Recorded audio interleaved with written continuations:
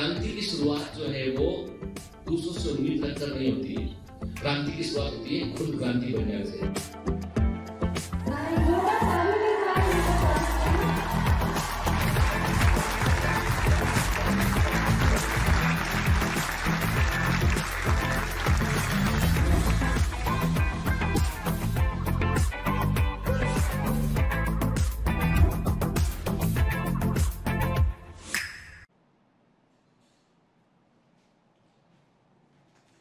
Hello commanders, welcome to Bioventures classes online. I am doctor Jitendra Singh. तो चलिए बेटा, evolution में आगे बढ़ते हैं। तो इवोल्यूशन की कहानी के ऑलमोस्ट हम आखिरी हिस्से में पहुंच चुके हैं, जहां पर हम बात कर रहे हैं ह्यूमन इवोल्यूशन के ऊपर। और पिछली क्लास में हमने देखा था कि हमारे जो पूर्वज थे वो किस तरह के थे, मतलब प्राइमेट का मतलब क्या था, प्रोसीमियंस क्या थे, सीमियंस क्या थे, क्या और किस प्रकार के ओल्ड वर्ल्ड मंकी थे, न्यू वर्ल्ड मंकी थे, किस प्रकार के ऐप थे और हम कैसे इनसे कनेक्टेड हैं। तो हमने एक प्रकार से जो है वो इवोल्यूशन के पॉइंट ऑफ व्यू से, या ऐसा बोले हम फाइलोजेनिक पॉइंट ऑफ व्यू से, हमने जो है वो एक क्लैडिस्टिक चार्ट को देखा था और हमने बात किया था कि ह्यूमंस जो है वो किस प्रकार से इवॉल्व हुए हैं। तो एक काम करते हैं, छोटा सा एक ब्रीफिंग लेते हैं हम और उसके बाद हम आगे कंटिन्यू करते हैं इसमें के। देखिए, एक बात पक्की है कि मैंने आपसे कहा था कि ह्यूमन इवोल्यूशन में कुछ कैरेक्टर जो है बड़े इंप्रूव होकर सामने आए प्राइमेट्स के अंदर। मैंने कहा था कि मैमल्स के अंदर कुछ कैरेक्टर अधिक इंप्रूव हो सकते हैं, जैसे स्मेल कर पाना,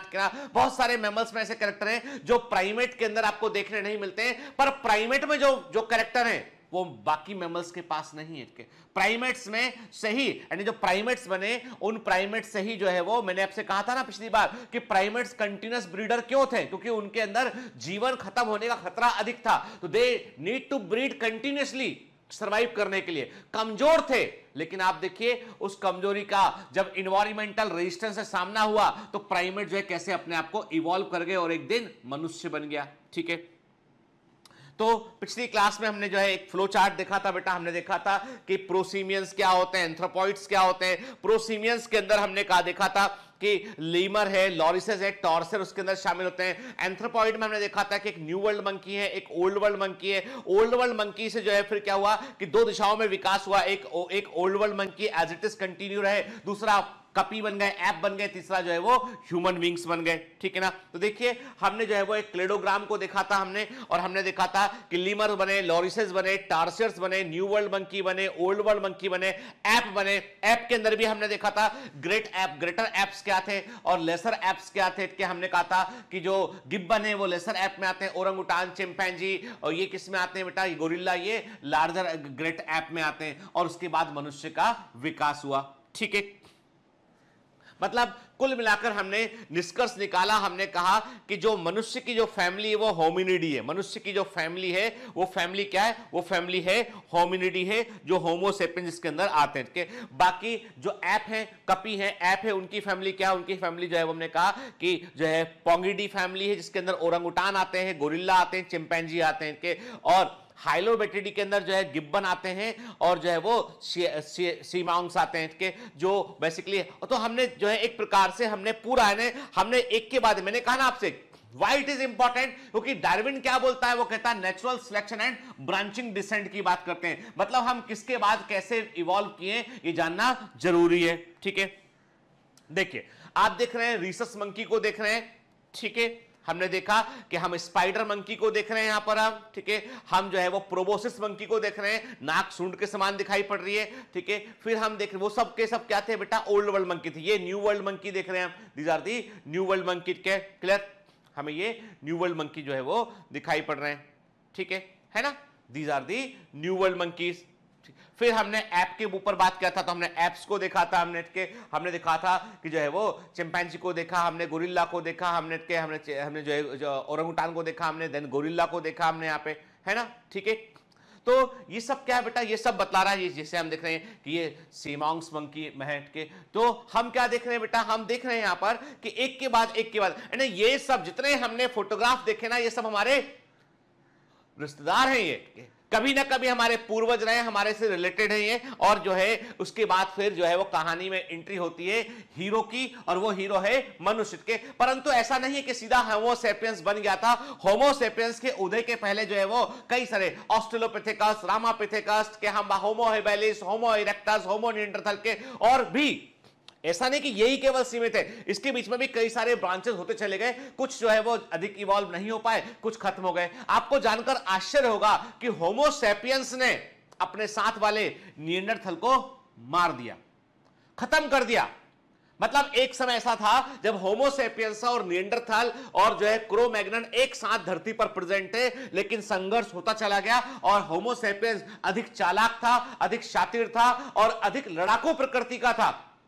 शांति प्रिय नहीं था, ये लड़ाकू प्रकृति का था। बगैर बात के बैठा दो तो लड़ लेगा।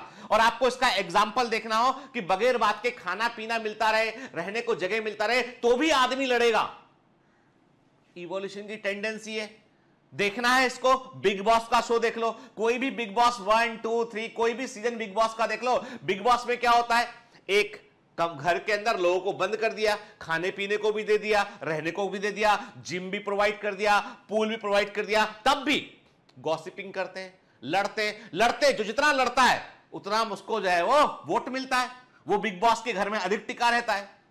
जो सीधा साधा होता है वो बाहर कर दिया जाता है उसको। उसका नेचुरल सिलेक्शन नहीं करते बिग बॉस वाले, बाहर कर देते हैं उसको। जा भैया कि तू किसी काम का नहीं, खा पी रहा, आराम से बैठा है यहाँ पे, झगड़ा नहीं कर रहा, किसी काम का नहीं। मतलब ये टेंडेंसी होमो सेपियंस के शुरू से, और उस बिग बॉस के शो को देखने वाले लोग भी हैं, झगड़ा देखने के लिए टाइम इन्वेस्ट करते हैं। है भाई, अद्भुत है। खैर, लूट के आते हैं अपने मुद्दे पे, बिग बॉस पर नहीं जाते। बात इतनी सी है कि होमो सेपियंस जो है उसकी कहानी भी बड़ी इंटरेस्टिंग है, कैसे उसका उदय हुआ। तो चलिए कहानी की हम शुरुआत करते हैं। सबसे पहले बात करेंगे हम ऐपमैन से, बात करेंगे कपी मानव से। ऐसा मनुष्य जो ऐप के बाद इवॉल्व किया, जिसने ह्यूमन रेस के बनने के दौरान सबसे पहली सीढ़ी के रूप में काम किया। तो हम क्या बात करेंगे, हम बात करेंगे ऐपमैन की। हम बात शुरू करते हैं यहां से कि हम ऐपमैन से बात जो है वो शुरू करते हैं। ठीक है, क्लियर। सबसे पहले हम बात करेंगे ऑस्ट्रेलोपिथेसाइंस की। तो ऑस्ट्रेलोपिथेसाइन जो है, याद रखिएगा कि ऑस्ट्रेलोपिथेसाइन लिखा है यहां पे, australopithecine it's a collective term to all members of the genus Australopithecus. Australopithecus genus में जितने भी मेंबर्स आते हैं उन सबको एक साथ हम ऑस्ट्रेलोपिथेसाइन कहते हैं। ऑस्ट्रेलोपिथेकस के अंदर जितने भी मेंबर्स आते हैं उन सबको एक साथ हम ऑस्ट्रेलोपिथेसाइन कहते हैं। और आज इसकी पांच स्पीसीज हमें ज्ञात है कि फॉसिल एविडेंस के आधार पर। आज यदि हम देखें तो ऑस्ट्रेलोपिथेकस के जो फॉसिल्स मिले, जीवाश्म मिले हैं, उनके आधार पर, उसके बेसिस पर we have knowledge about 5 species. एक है ऑस्ट्रेलोपिथेकस एमिनेंसिस के, एक है ऑस्ट्रेलोपिथेकस अफ्रीनेंसिस, एक है ऑस्ट्रेलोपिथेकस अफ्रीकैनस, ऑस्ट्रेलोपिथेकस रोबस्टस, ऑस्ट्रेलोपिथेकस बोइसेई। ये 5 स्पीसीज हमें मालूम थी। मतलब देखो बेटा, बहुत सारी स्पीसीज थी पहले, कुछ आगे बढ़ी, कुछ आगे नहीं बढ़ी, कुछ इवॉल्व हो पाई, कुछ खत्म हो गई, एक्सटिंक्ट कर गई वोट के। क्योंकि यदि मल्टीपल ब्रांचेस नहीं होंगी तो एक भी यदि स्पीसीज खत्म हुई तो पूरा आपका पूरा सीरीज रुक जाएगा। And every time more than 1 species present रही है धरती पर। एक जो है उसका एडॉप्ट, एक सिलेक्ट हुई है, वो आगे बढ़ी है, बाकी जो है वो एक्सटिंक्ट होती चली गई है। ठीक है, देखिए ये है australopithecines. These are the australopithecines. And जो शुरुआती मनुष्य था, जो ऐपमैन था, वो इस प्रकार का हमें दिखाई पड़ता था वो। ठीक, उसका आप देख सकते हैं टीथ बड़े साइज का था उसमें के, वो जो ओवरऑल बक्कल कैविटी बाहर की ओर उभरी हुई थी उसमें के, ब्रेन का कैपेसिटी कम था इसका। ठीक है, आप देख सकते हैं ये ऑस्ट्रेलोपिथेसाइन का हम जो है वो, जो हमें फॉसिल्स मिले हैं, और ये जो आप देख रहे हैं ये सब एग्जैक्ट रियल फोटोग्राफ है। जो मिला है वही मैं आपको दिखा रहा हूं, ये रियल फोटोग्राफ्स हैं। ठीक है, चलिए पहले बात करते हैं ऑस्ट्रेलोपिथेकस एमिनेंसिस की बात करते हैं हमके। अब ये कहां मिला हमें, देखो बेटा, अब सिंपल सा, आपको इतना सारा जितना स्लाइड में दिखाई पड़ रहा है ना, इतना पूरा आपको नोट नहीं करना है। जो मैं बोलूंगा वो नोट करना है। एनसीईआरटी में जो लिखा है वो तो लिखा ही है, कोई दिक्कत नहीं। जो मैं बोलूंगा वो आपको नोट करना, ताकि आप जो है वो इंफॉर्मेशन को लेकर कंफ्यूज ना कर जाए बेटा। ठीक है ना, क्लियर। तो याद रखिए, ओल्डेस्ट नोन ऑस्ट्रेलोपिथेसाइन इज ऑस्ट्रेलोपिथेकस एमिनेंसिस के सबसे पुराना। तो मतलब ओल्डेस्ट ऑस्ट्रेलोपिथेसाइन क्या है बेटा, ऑस्ट्रेलोपिथेकस एमिनेंसिस। मैंने अंडरलाइन किया, मतलब ये याद रखना है आपको। ठीक है, सबसे पुराना जो ऑस्ट्रेलोपिथेसाइन है वो ऑस्ट्रेलोपिथेकस एमिनेंसिस के। कहां मिला ये, कीनिया में मिला लेक टर्काना कीनिया, क्या बस इतना याद रखें, लेक टर्काना कीनिया। अब आपको बता दूं मैं, इस तरह के जो मैचिंग वाले फॉसिल्स के मैचिंग वाले क्वेश्चन प्रीवियस ईयर एग्जाम में पूछे गए हैं, तो सेफर साइड लेते हुए हम केवल नोट कर रहे हैं चीजों को ताकि दिमाग में रहे, हम भूल ना जाए। क्लियर? ठीक है। फिर अब जो बोलूंगा वही नोट करना आपको, क्या बाकी नोट नहीं करना। देखिए ऑस्ट्रोपिथेकस एमिनेंसिस की बात करें तो ये 4.2 million year old bipedal species है, दो पैरों पर चलने वाले, जानते हैं हम अच्छे से, क्योंकि हम जैसी ऐपमैन की तरफ इंटर किए, मतलब हम बाइपेडलिस्ट की बात कर रहे हैं यहां पे हमके।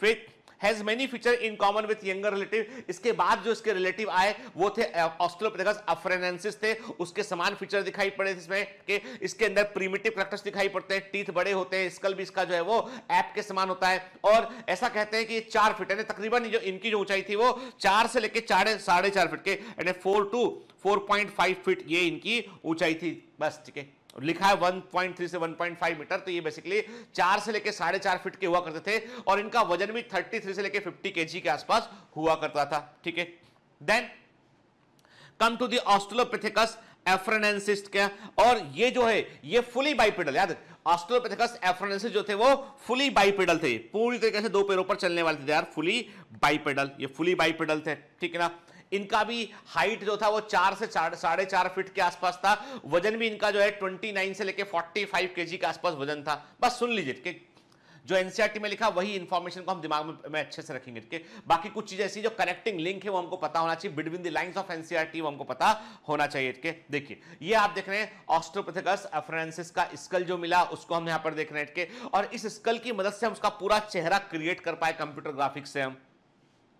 ठीक है, देखिए यदि आप देखेंगे तो ऑस्ट्रेलोपिथेकस जो है वो एफ्रेनेंसिस था, बेसिकली वो वॉकर था, मतलब दो पैरों पर चल सकने की क्षमता थी उसके पास में, वो कंप्लीटली बाइपेडल हो चुका था, ट्री क्लिम्बर था, पेड़ पर बड़े आसानी से चढ़ जाया करता था, इसके अभी भी इसके हाथ मजबूत थे, इसके अपर लिम्ब काफी मजबूत थे, लंबे थे, और जो कि एक ऐप के समान कैरेक्टर था इसमें, और इसके जो शोल्डर थे, कंधे थे वो ऊंचे, कंधे उसके ऊंचे थे, नैरो, यानी जो शोल्डर हमारे जो शोल्डर होते हैं चौड़े ब्रॉड शोल्डर होते हैं हमारे, और नीचे तो इसके कंधे जो है इस तरह के जो कि एक ऐप के कंधे होते हैं वैसे इसके जो है वो हमको दिखा। चेस्ट इसका वाइड था कंपैरेटिवली, और जो है ये पूरा इसका स्ट्रक्चर जो था वो एक ऐप और ह्यूमन के बीच का था। तो ये ऑस्ट्रेलोपिथेकस एफ्रेनेंसिस के वॉकर थे, ट्री क्लिम्बर थे इसके।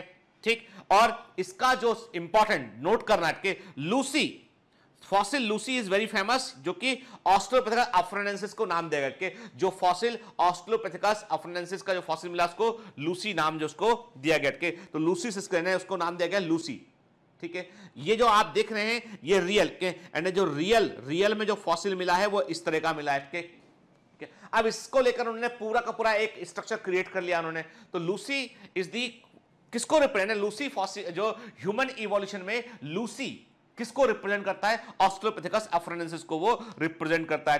ठीक है, तो लूसी को हमने रिक्रिएट किया ऐसे कंप्यूटर की मदद से, 3D ग्राफिक्स की मदद से हमने इसको रिक्रिएट किया कि लूसी का फॉसिल यदि वो जीवित होती तो कैसा हमको इसका स्केलेटल सिस्टम दिखाई पड़ता। देख रहे हैं आप? ठीक है, और ये आपको बता दूं, आप बोलोगे सर ये तो कल्पना है, रिकंस्ट्रक्शन कर दिया। अरे बेटा ये जो कंप्यूटर ग्राफिक्स होते हैं रिकंस्ट्रक्शन वाले, ये बहुत ही एडवांस होते हैं। आप केवल एक स्कल लाके दे दीजिए, वो आदमी का पूरा चेहरा बना देंगे, और आप उसको जिस व्यक्ति का स्कल है ना उसकी फैमिली से दी मान लो मिल जाए वो, तो वो पहचान लेंगे भाई हाँ ये वही व्यक्ति है हमारे परिवार का हिस्सा है। मतलब इतना हाई लेवल ऑफ ग्राफिक्स ये बना सकते हैं यहाँ पे। ठीक है ना, क्लियर। फिर ऑस्ट्रोपिथेकस अफ्रेनेंसिस, वो अफ्रेनेंसिस की बता बात कर रहे हैं यहाँ पे। अब ये क्या है, ये इसके बाद और आए यहाँ पे के, तो हमने क्या कहा, ये 380 से लेके 450 क्यूबिक सेंटीमीटर इनका ब्रेन था। ठीक है, मतलब चिंपैंजी की तुलना में थोड़े से इंटेलिजेंट है। यहां पर क्यूबिक सेंटीमीटर का मतलब है कि क्रेनियम कैपेसिटी में कितना ब्रेन रखने की जगह है कि वो क्यूबिक सेंटीमीटर में उसको रिप्रेजेंट करते हैं। तो 380 से 450 क्यूबिक सेंटीमीटर इनका जो है ब्रेन साइज था, जो चिंपैंजी की तुलना में अधिक था। और कहते हैं हम कि ये आज के मनुष्य से छोटी हाइट के थे, कि तकरीबन हम कहते हैं कि जो है वो आज के मनुष्य से हाइट में से 4 से 4.5 फीट के रहे होंगे ये भी, और इनका ब्रेन का कैपेसिटी हमसे काफी कम था, कि वही जबड़ा बाहर उभरा हुआ था, दांत बड़े बड़े थे हेलमेट के। तो ये जो है, और ये सबसे बड़ी बात है कि अभी तक जब तक आप ऑस्ट्रेलोपिथेकस अफ्रेनेंसिस तक होते हैं, आपको इस बात का एविडेंस नहीं मिलता है कि ये मांसाहारी थे। कार्निवोरस हमने मांस खाना बाद में सीखा, हमने मांस खाना, नॉनवेज खाना हमने बाद में सीखा। शुरुआती मनुष्य जो थे वो एप से इवॉल्व हुए थे, इसलिए वो वेजिटेरियन थे। क्या लिखा है? हेवीली इनेमल्ड मोलर के इनके मोलर टीथ जो है वो काफी स्ट्रांग थे, और मोलर टीथ जब काफी स्ट्रांग होते हैं मतलब ये नट खाया करते थे, ये जो है वो झाड़ियां और इस तरह के फल, ये इस तरह की रूट जड़ें, इन चीजों को ये खाने वाले थे। तो इनमें हेवीली इनेमल्ड मोलर थे, जो कि एक तरह का एडॉप्टेशन था फलों को चबाने के लिए, बीजों को चबाने के लिए और जड़ों को चबाने के लिए। क्लियर? याद रखिएगा, इंपॉर्टेंट चीज है। ठीक है, फिर होमिनिड फुटप्रिंट्स की अब इंटरेस्टिंग बात है, अभी नोट नहीं करना, सुन लो। अब इसके बारे में आप बोलोगे सर ये भी कैसे मान लें, क्योंकि बहुत सारे, देखो सिंपल सी बात है, विज्ञान में बहुत सारे प्रश्न उठते हैं। जैसे आपको पता होना चाहिए कि जब हम पढ़ते थे, छोटे थे ना, हम जब पढ़ा करते थे तो हमने पढ़ा है कि 9 प्लेनेट होते हैं, सबसे आखिर में होता है प्लूटो। आज मालूम चला कि प्लूटो तो प्लेनेट ही नहीं है, Pluto is not a planet. Pluto को प्लेनेट मानने से मना कर दिया साइंटिस्ट ने कि भैया नहीं है वो प्लेनेट, गलत था वो पहले का नॉलेज। ठीक है, पहले हम जब पढ़े थे, हम पढ़े थे कि जो हेमिकॉर्डेटा है वो कॉर्डेटा होते हैं, आज हम बोलते हैं कि हेमिकॉर्डेटा इन्वर्टिब्रेट्स होते हैं। तो कई चीजें ऐसी समय के साथ बदलती रहती हैं, नॉलेज अपग्रेड होता है तो चीजें बदल जाती हैं। अभी हम क्या बात कर रहे हैं? हम ये बात कर रहे हैं यहां पर कि जो हमने मान लिया कि भाई ऑस्ट्रेलोपिथेकस थे और ये सब थे, तो इनके कुछ एविडेंस और भी मिले हमें प्रमाण कि केवल स्केलेटल ना, देखो इसके होमिनिड के फुटप्रिंट्स भी मिले, होमिनिड के फुटप्रिंट्स मिले। कहां मिले? ये मिले तंजानिया में, और इनको खोजा था मैरी लीकी ने। 1978 में मैरी लीकी ने तंजानिया में होमिनिड के फुटप्रिंट्स को खोजा के, और ये जो फुटप्रिंट हैं ये सबसे पहले बाइपेडल लोकोमोशन करने वाले जो है वो ऑस्ट्रेलोपिथेकस के थे। 3.5 मिलियन ईयर्स एगो के ये है, इनका जो डेटिंग किया गया वो 3.5 मिलियन ईयर्स एगो का ये डेटिंग है इसका। ठीक है, इंटरेस्टिंग बात है। मतलब अब ये जो मैरी लीकी, इसका नाम प्रीवियस एग्जाम में एक बार आया हुआ बेटा के, तो तंजानिया में 1978 में तंजानिया में मैरी लीकी ने होमिनिड के फुटप्रिंट्स को खोजा, जो कि जो है वो बाइपेडल वॉकर के थे, फर्स्ट बाइपेडल वॉकर के थे 3.5 मिलियन ईयर्स अगो। इतने पुराने हैं। सुनिए कहानी, अभी एनसीईआरटी नहीं आया, पिक्चर में आएगा एनसीईआरटी, चिंता मत कीजिए। लेकिन उसके पहले फिल इन दी ब्लैंक्स है ना, जो गैप भरे हुए एनसीईआरटी, वो हमको भरना है। बिटवीन द लाइंस चीजों को पढ़ना है, समझना है, एकदम क्रिस्टल क्लियर कॉन्सेप्ट होना चाहिए। प्रीवियस एग्जाम का कोई भी क्वेश्चन ऐसा नहीं होना चाहिए जो हमसे ना बने। ठीक है, क्लियर?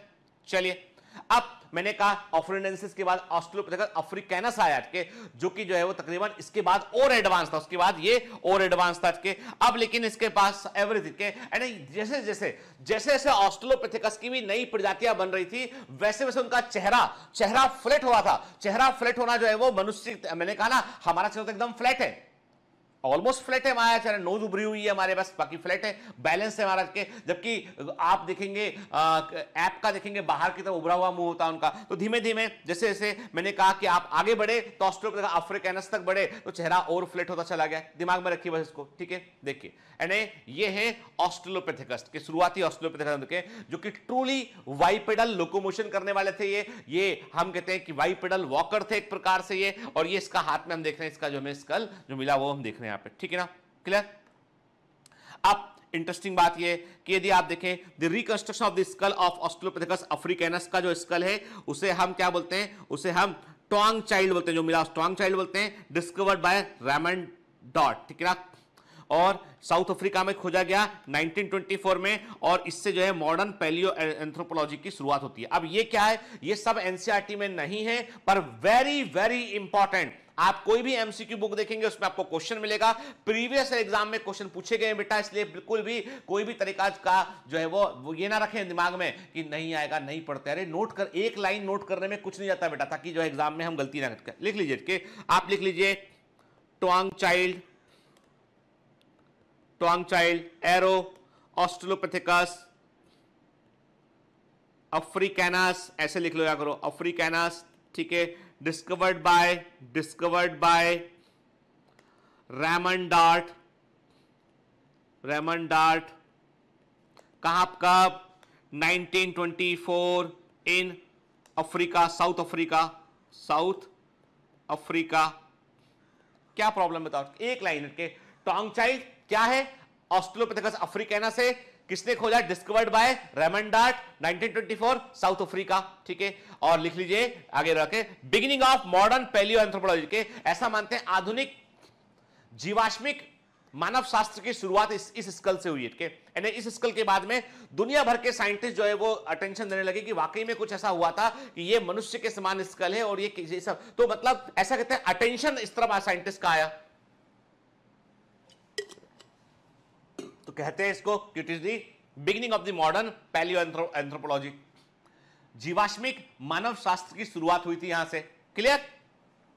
ठीक है ना? एक लाइन लिखने में कुछ नहीं होता बेटा, क्योंकि एग्जाम में आ गया ना तो फोड़ के आ पाएंगे आप, समझ गए? ठीक है, चलिए फिर अब सबसे इंटरेस्टिंग बात यह कि धीमे धीमे ब्रेन का ना सबसे बड़ा इंटरेस्टिंग ट्रेंड जो देखने मिलता है हमको, जो ह्यूमन इवोल्यूशन में सबसे इंटरेस्टिंग ट्रेंड देखने मिलता है, वो है क्रेनल कैपेसिटी का बढ़ना, मस्तिष्क के आकार का बढ़ना। यानी पहले 400-300 सीसी के आसपास था ऐप के अंदर, 400 अफ्रीकस के पास हुआ, 700-800 होमो हेबिलिस के पास हुआ, फिर 1100 के आसपास इरेक्टस के पास हुआ, फिर उसके बाद निएंडरथल के पास हमारे बराबर का हुआ, हमारे पास हमारा भी निएंडरथल के बराबर रहा, क्रो-मैग्नन का हमसे भी ऊपर रहा। कुल मिलाकर बात यह कि सबसे इंटरेस्टिंग ट्रेंड जो देखने मिला हमको, वो देखने मिला बाइपोडल लोकोमोशन हो गया शुरू, वो ऑस्ट्रेलोपिथेकस से शुरू हो गया, लेकिन ब्रेन का साइज लगातार बढ़ रहा है, यानी बॉडी का वेट कम हो रहा है, शरीर का स्ट्रक्चर नैरो हो रहा है, ब्रेन बढ़ रहा है।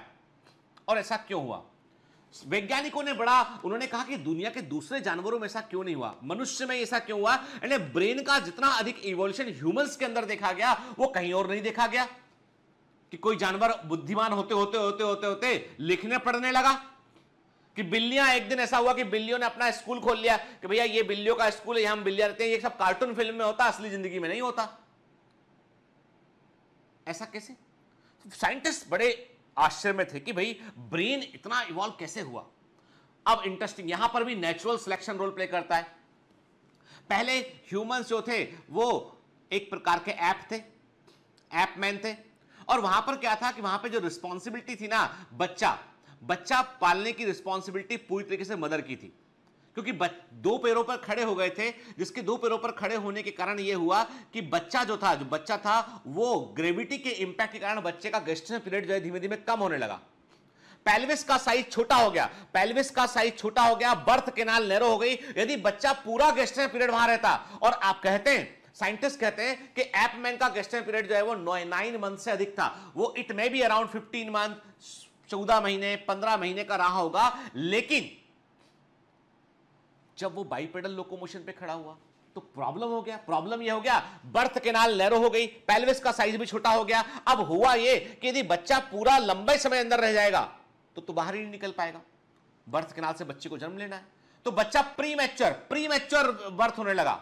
जब प्रीमैच्योर बर्थ होने लगा तो बच्चे को अधिक केयर की रिक्वायरमेंट थी, मदर को बच्चे को रखना पड़ता था और उसको फीड कराना पड़ता था। और उस समय कोई समाज तो था नहीं कि कोई जो है हस्बैंड वाइफ है, कोई केयर कर रहा है। अब उस मदर को अपने बच्चे को भी संभालना है, भोजन के लिए भी जंगल में जाना है, खाना भी खाना है वहां जाके, उसको बच्चा कौन देखेगा? बच्चा यदि छोड़ दिया तो कोई मांसाहारी जानवर खा जाएगा। बच्चा निरीह बच्चा था, जो है गाय भैंस के बच्चे सा उठ के खड़ा नहीं हो गया बच्चा, हो कि 2 दिन में जो है वो माँ का दूध पीने लगे, एकदम भागने लगे, दौड़ने लगे। बच्चा तो निरीह था, चल ही नहीं पाया महीनों तक बच्चा।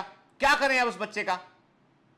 ध्यान रखना पड़ेगा। तो मतलब यह है कि मदर भूखी रह जाए, कौन लाके भोजन देगा? तो ऐसे में क्या हुआ, जो फीमेल ऐप मैन थे, फीमेल जो ऐप था, जो ह्यूमनाइट्स थे, उन्होंने क्या किया? उन्होंने जो है वो ऐसे मेल पार्टनर चुने जो बच्चे का ध्यान रखने में हेल्प करते हो।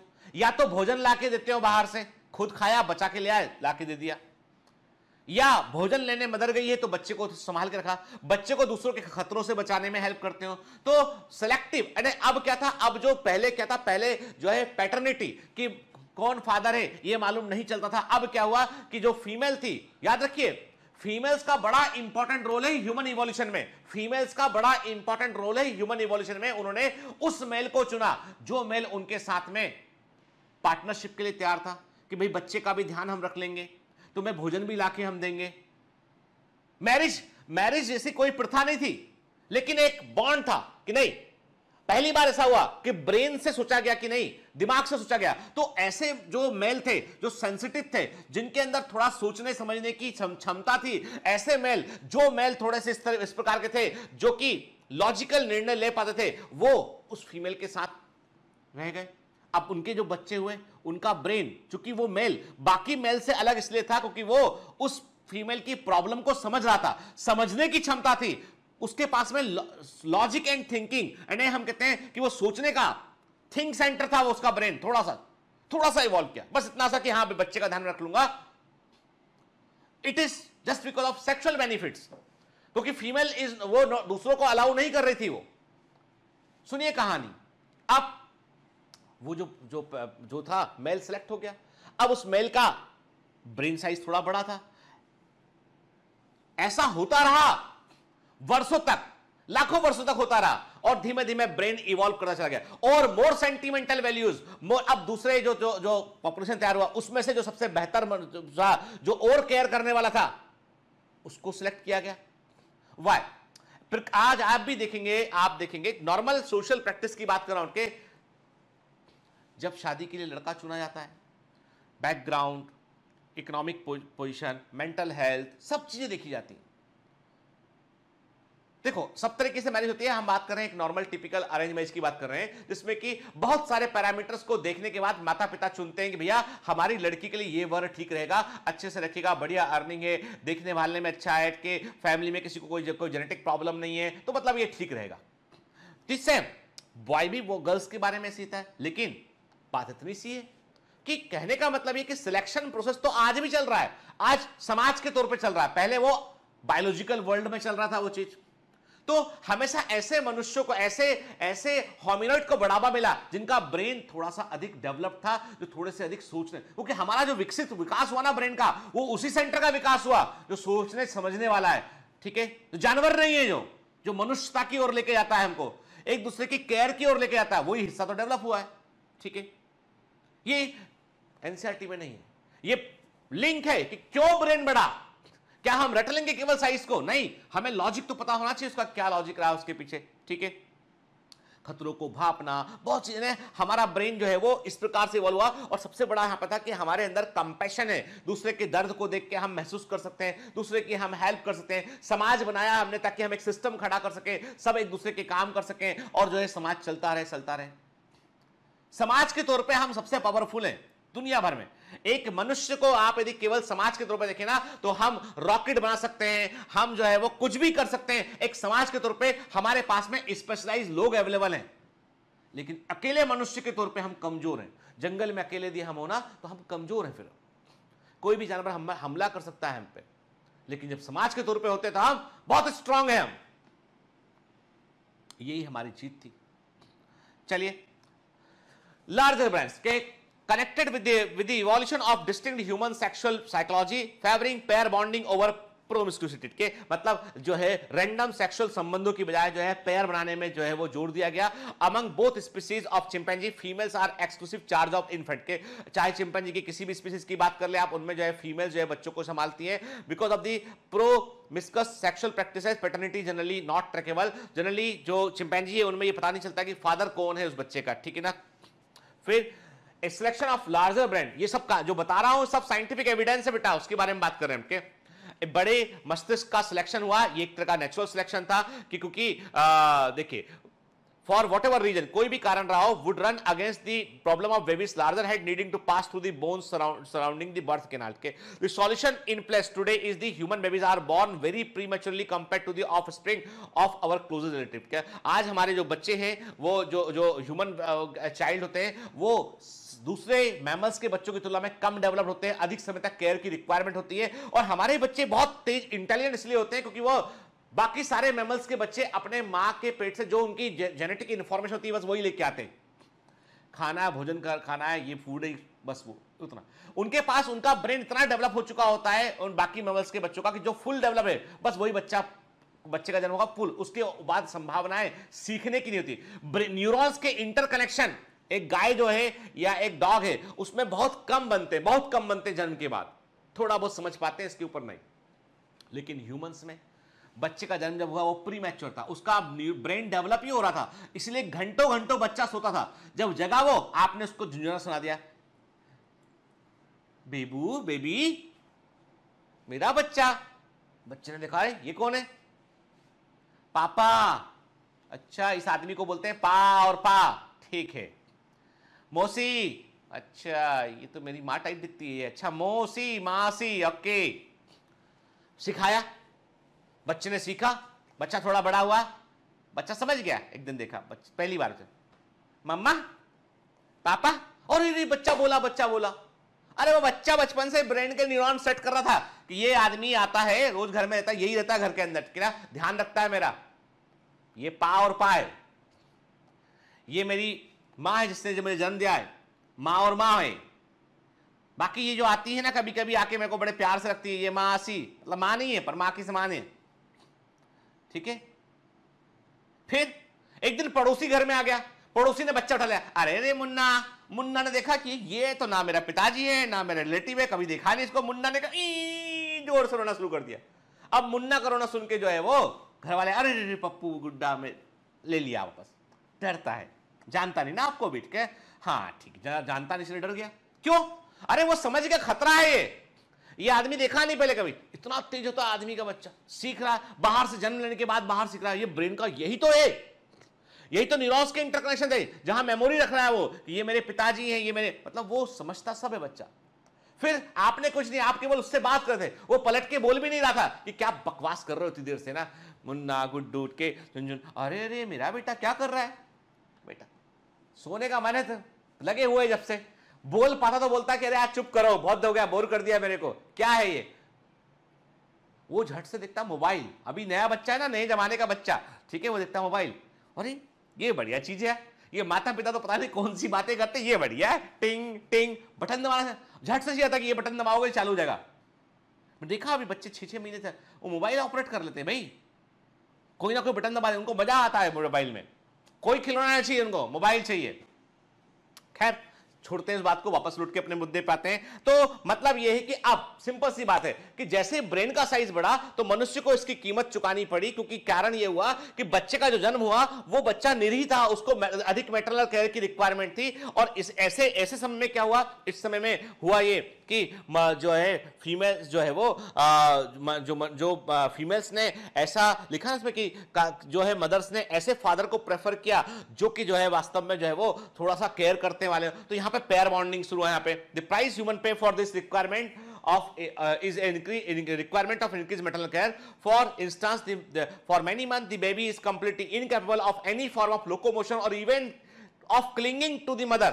बंदर का बच्चा तुरंत मां को पकड़ लेता है, तो छोटा बच्चा नहीं पकड़ पाता हो। ह्यूमंस का larger brain would favor extending the period in which infant are primarily devoted to learning new skill. अब बच्चा जो है वो अपने ब्रेन को डेवलप भी कर रहा था और नए स्किल भी सीख रहा होता है। These factors are likely to have created a significant benefit for children who received care not only from their mother but also their father and possibly their grandmother. अब यहां पर बच्चे की केयर करने वाले लोगों की संख्या बढ़ गई तो नए स्किल सीखने की संभावनाएं भी बढ़ गई उस किड के। In the case of father, natural selection would have favored males who were able to invest in their own rather than others' offspring, thus creating selective pressure some way for male to track paternity. के अब यहाँ पर जो mail था वो अपने बच्चे की केयर अधिक करता था बजाय दूसरों के बच्चे की, तो यहाँ पर पैटर्निटी ट्रैक भी होने लगा, यहाँ पे पेयर बनने लगा यहाँ पे के। और कुल मिलाकर ऐसा कहते हैं कि पेयर बॉन्डिंग इसका एक सॉल्यूशन था और एक प्रकार का साइकोलॉजिकल प्रेशर क्रिएट हुआ मेल के ऊपर, और इसके चलते जो है वो फैमिली से संस्था की स्थापना बहुत पहले शुरू हो चुकी थी। हालांकि ये फैमिली किसी तरह के सोशल ऑब्लिगेशन से नहीं बनी थी, लेकिन ये था कि वो उसका संबंध था पेरेंटल केयर से। ठीक है ना मजेदार कहानी। चलिए अब एनसीईआरटी में एंटर करते हैं आपके। तो ये आपके सामने एनसीईआरटी में जो है आपको दिखाई पड़ रहे हैं कि आपको एनसीईआरटी में फिगर 7.11 में जो है वो comparison of skull of modern human being, baby chimpanzee, adult chimpanzee, baby chimpanzee, adult chimpanzee, and the skull of baby chimpanzee is more like adult human skull and adult than the adult chimpanzee skull. वो कह रहे हैं कि जो baby chimpanzee का school है वो mostly मनुष्य के स्कल के समान हमें दिखाई पड़ता है। देखो ये है बेबी चिंपैंजी का स्कल, ठीक है, देखिए आप, ये इससे अधिक मैच कर रहा है और ये एडल्ट चिंपैंजी का स्कल है, ठीक है ना, क्लियर, जो अलग एकदम डेवलप होने पर अलग हो गया वो, ठीक। तो जी अब एनसीईआरटी क्या लिखता है आप देखो, हम एनसीईआरटी में एंटर करके, तो आप ये मत सोचिए कि मैं आपको आपका टाइम जो है वो इधर उधर कर रहा हूं बेटा, मैं केवल आपको जो है वो एनसीईआरटी में इसके पढ़ने के लिए जो बैकग्राउंड चाहिए ना वो तैयार कर रहा था आपको के।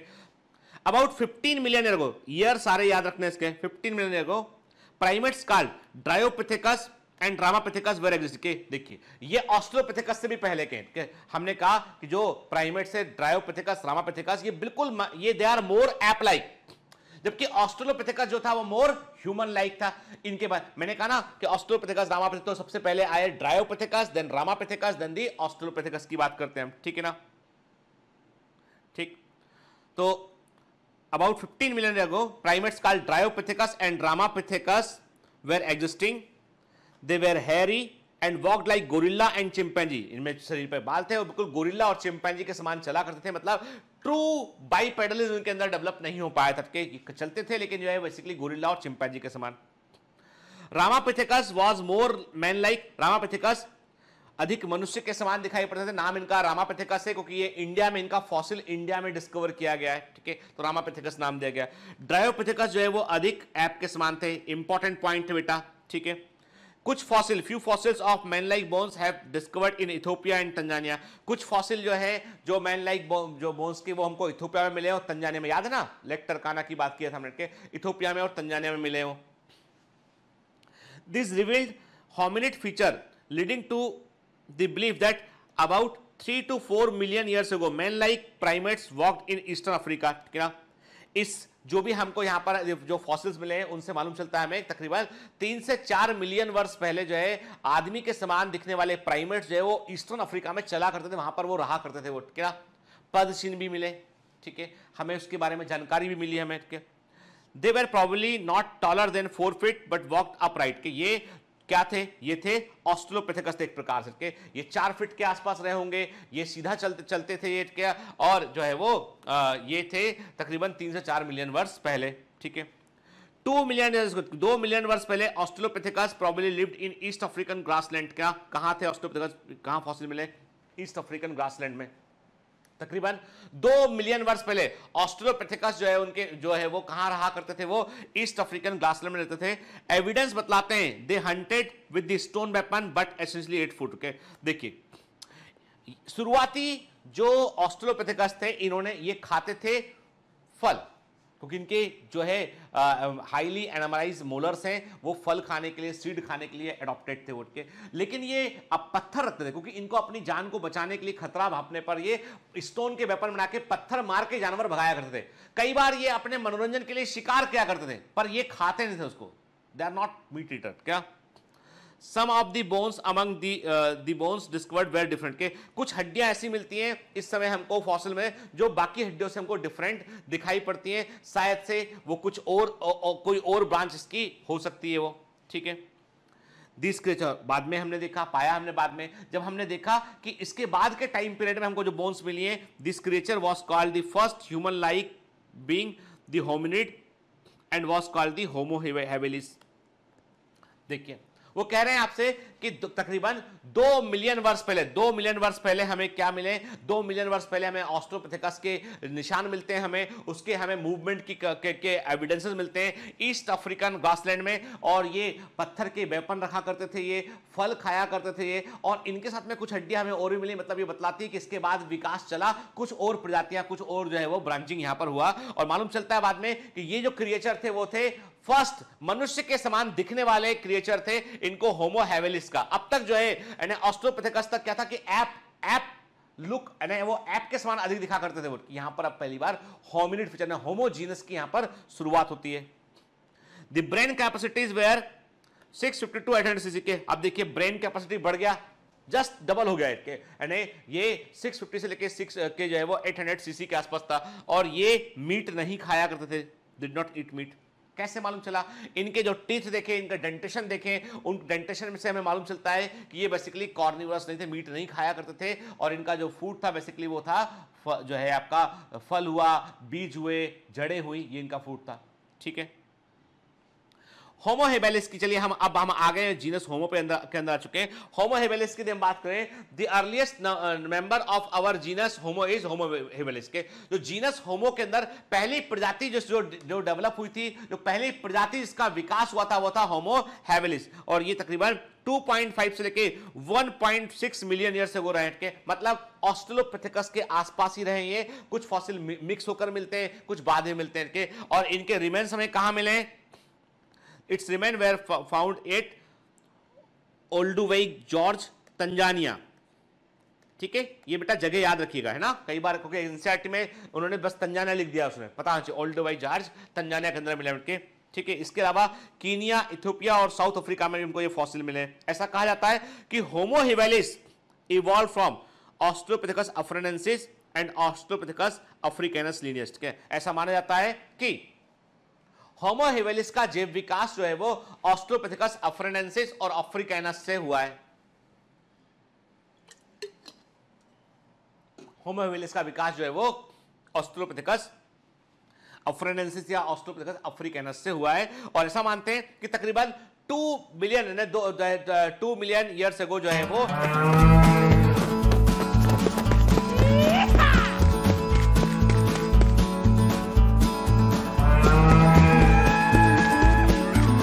Hi, sorry to disturb you in between lecture. But it's important to inform you. You should download BioMentors app from Google Play Store. We need your support, so please take subscription to become an official commando of BioMentors. Bye bye. Continue your lecture. जो है होमो हिवेलिस जो है वो ऑस्ट्रोपिथेकस के साथ साथ coexist किए हैं। ठीक है, देखिए ये है होमो हिवेलिस का स्केलेटन जो मिला है मिटके, जो हमें जो आप देख रहे हैं बेटा स्क्रीन पे, ये सब रियल पिक फोटोग्राफ के ने वास्तव में जो मिले हैं उसी का हम इमेज देख रहे हैं। स्कल देख रहे हैं यहाँ पे हम बकायदा, ठीक है ना, स्केलेटल सिस्टम देख रहे हैं पूरा इसका। ठीक है, ये है होमो हिवेलिस के, हमने कहा दीज आर दी होमो हिवेलिस, होमो हिवेलिस। ठीक है, ये जो है तो देखिए फर्स्ट है ना, पहली बार ये है ना जीनस होमो के ये फर्स्ट मेंबर थे ये। ठीक है, देखिए होमो हैबिलिस। ठीक है ना, चलिए आगे बढ़ते हैं ना। ये भी दे ऑल्सो यूज्ड स्टोन। ठीक है, स्टोन का इन्होंने और शार्प, इन्होंने और शार्प वेपन बनाए। उनके पहले वाले जो ऑस्ट्रेलोपिथेकस थे वो स्टोन को लेकर फेंक दिया करते थे, मार दिया करते थे। कोई स्टोन चुन लिया उन्होंने तो basically they use stone as a weapon.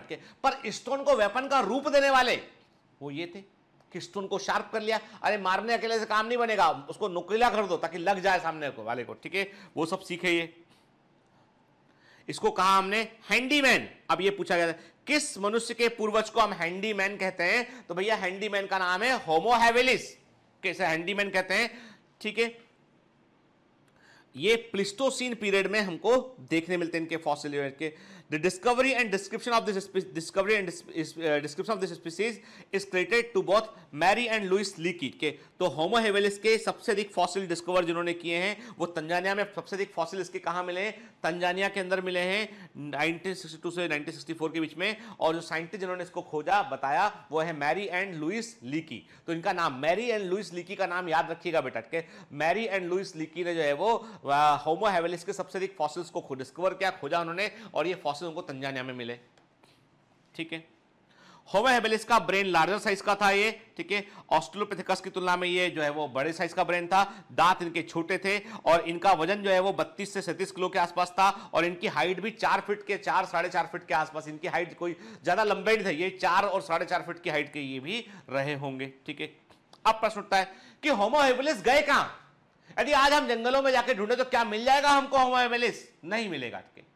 कहां गए? यानी हर बार हम जब सोचते हैं कि एक इवॉल्व किया तो चला कहां गया, कैसे एक्सटिंक्ट हो गया, तो एक्चुअली ये रहा है कि होमो हेवेलिस को जो है वो हम ऐसा कहते हैं कि होमो हेवेलिस को जो है रिप्लेस किया था होमो इरेक्टस ने के। होमो इरेक्टस जो है वो और इंटेलिजेंट मनुष्य के। बार बार इन्हें प्रजातियों में संघर्ष होता रहा है कि क्या हुआ? Homo habilis were extinct because over the course of million years they did not change or modify their technology के। यानी इनका तकनीक जो था पत्थर को ही इस्तेमाल कर रहे थे, कुछ नया नहीं सीख पा रहे थे इनके। इनका ब्रेन जो है वो बदलते हुए इन्वायरमेंट के अकॉर्डिंग अपने आप को अडॉप्ट नहीं कर पाया के। और इनकी तुलना में जो होमो इरेक्टस इवॉल्व किए वो अधिक इंटेलिजेंट थे, अधिक शातिर थे। और इन लोगों को इनको उन्होंने जो है वो मतलब ये जो कंपटीशन है फूड के लिए, हैबिटेट के लिए, वहां पर होमो इरेक्टस जो है भारी पड़ गया इन पर और ये धीमे धीमे खत्म हो गए। ठीक है, तो Homo erectus outcompeted Homo habilis on every level. हर स्तर पर होमो इरेक्टस भारी पड़ा इन पर। ठीक है, अब बात करते हैं कि ये कौन बला थी होमो इरेक्टस, कहां से आ गए ये? तो मैंने कहा ना कि ये तो कृमिक विकास चल रहा है। अब आप बोलोगे सर क्या होमो हैवेलिस होमो इरेक्टस में कन्वर्ट हो गए? ऐसा नहीं हुआ। आप बोलोगे क्या होमो हैवेलिस होमो इरेक्टस में कन्वर्ट हो गए? ऐसा नहीं हुआ, क्योंकि ऑस्ट्रेलोपिथेकस से जो है ऑस्ट्रोपिथेसाइन से जब विकास अलग अलग दिशाओं में चल रहा था तो कहीं पर वो हैवेलिस बन गए, बाद में कहीं पर इरेक्टस बन गए, फिर आमने सामने आ गए, वो कंपटीशन हो गया उनके बीच में। ठीक है, species of humans that lived Pleistocene geological epoch, Pleistocene में जो स्पीसीज पाई जाती है वो है होमो इरेक्टस है। इसके फॉसिल मिलते हैं 1.8 मिलियन ईयर्स अगो मिलते हैं कि, और हम कहते हैं कि इनका जो बॉडी स्ट्रक्चर था, बॉडी साइज था, वो मॉडर्न है, वो ये भी 5.5 फीट के आसपास, 5-5.5 फीट के आसपास, मतलब मॉडर्न ह्यूमन के समान हाइट पर ये पहुंच चुके थे। First human ancestor to have similar limb and torso proportion to those seen in modern human के ऐसा कहा जाता है कि होमो इरेक्टस के पैर का आकार हमारे पैरों के आकार के बराबर का था। इसके जो बोन के शेप साइज थे वो हमारे, यानी इसका जो अपर लिम्ब था, लोअर लिम्ब था, जो इसका पूरा का पूरा टिबिया फिबुला जो बोन का स्ट्रक्चर था वो हमारे स्ट्रक्चर से काफी कुछ मैच करता हुआ है। तो ऐसा कहते हैं हम कि अब आप बोलोगे सर क्या फायदा? अरे भाई हम बहुत तेज दौड़ सकते हैं बाकी मनुष्यों की तुलना में। यदि आदि मानव और आपके बीच में यदि रेस होना तो आदि मानव आपसे हार जाएगा, आप तेज दौड़ जाएंगे। आपका बॉडी हल्का है, मैं नॉर्मल ह्यूमन में ओबेस लोगों की बात नहीं कर रहा, नॉर्मल की बात करके आपका जो बॉडी है उसका प्रोपोर्शन ऐसा है कि आपको 2 पैरों पे खड़े रहने में ज्यादा तकलीफ नहीं होती, आप तेज दौड़ सकते हैं, वॉक कर सकते हैं। ठीक है, तो कहते हैं कि जो होमो हैवेलिस की तुलना में होमो इरेक्टस का बॉडी और ट्रिम था, और जो बॉडी था वो यदि आप देखें तो इस बॉडी में जो है वो बेसिकली इसका जो प्रोपोर्शन था स्केलेटल सिस्टम का वो बिल्कुल हमारे इक्विवेलेंट था, और ये ग्राउंड के लिए जो मैदानी क्षेत्रों में चलने के लिए अधिक एडॉप्टेड थे as compare to previous human race. This features are considered adaptation to a life lived on the ground के, मतलब लंबी दूरी तक ये वॉक कर सकते थे, तो इसीलिए ये दुनिया भर में फैल गए, हर पॉसिबल जगह पर जाने लगे। ये वहां भी पहुंच गए, यहां पर होमो हैवेलिस थे, संघर्ष हुआ, वो खत्म हो गए। ठीक है, हम कहते हैं कि इनका ब्रेन साइज में कंपैरेटिवली बड़ा था पहले वाले ह्यूमन बीइंग से।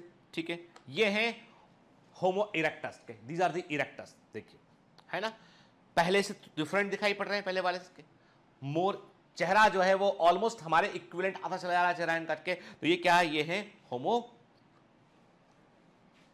इरेक्टस। ठीक है, ठीक है, दीजादी होमो इरेक्टस। ये मत बोलना सर शक्ल से ही बदमाश दिख रहा है तो, ठीक है ना, ऐसा मत बोलिएगा। ठीक है, ये फॉसिल्स को रिक्रिएट, स्कल मिले उसको रिक्रिएट करके बनाया गया इमेज। ठीक है, ये इसका स्कल है। ठीक है, जब इसको रिक्रिएट किया गया तो ऐसा बना। ठीक है, देखिए अब ये होमो इरेक्टस की खास बात, इंटरेस्टिंग बात ये है कि ये इन्होंने ये टेक्नोलॉजी वाइज मोर एडवांस थे। साफ साफ एविडेंस मिलता है इस बात का कि ये आग कंट्रोल्ड यूज ऑफ फायर करते थे, ये आग का नियंत्रण में इस्तेमाल करना सीख चुके थे, ये स्टोन के बेहतर वेपन बनाना भी सीख चुके थे ये। ठीक है, मांस को पकाकर खाना सीख चुके थे ये, कि पका के खाने में और स्वादिष्ट लगता है कहते हैं। अब आप बोलोगे सर कैसे मालूम चला इनको मांस को पका के खाना चाहिए? भैया एक बार ऐसा हुआ कि एक बार जंगल में आग लगी। अब आपको बताता हूं पुरानी कहानी, सच्ची कहानी बताता हूं आपको के। क्या था कि ये कबीले बना के रहा करते थे, मनुष्यों का बीच ऐसा संघर्ष था कि एक कबीला दूसरे कबीले पे हमला करके वहां के लोगों को मार दिया करता था। तो ये लोग क्या करते थे, इन्होंने छोटे छोटे से अपने जो है वो झुरमुटों में कहीं पे पेड़ों के पास कहीं रहा करते थे। तो जंगल में आग लग गई। अब इनके खाने पीने का, अब चूंकि ये तो ये जो है उस समय तक यदि हम बात करें तो वहां तक ये क्या था कि ये जो है बेसिकली वेज खाया करते थे। लेकिन फर्स्ट टाइम जब ऐसा हुआ, जंगल में आग लग गई, भोजन की कमी हुई, तो इन्होंने पके हुए जानवर खाना शुरू किया, इन्होंने मीट खाना भी शुरू किया इन्होंने।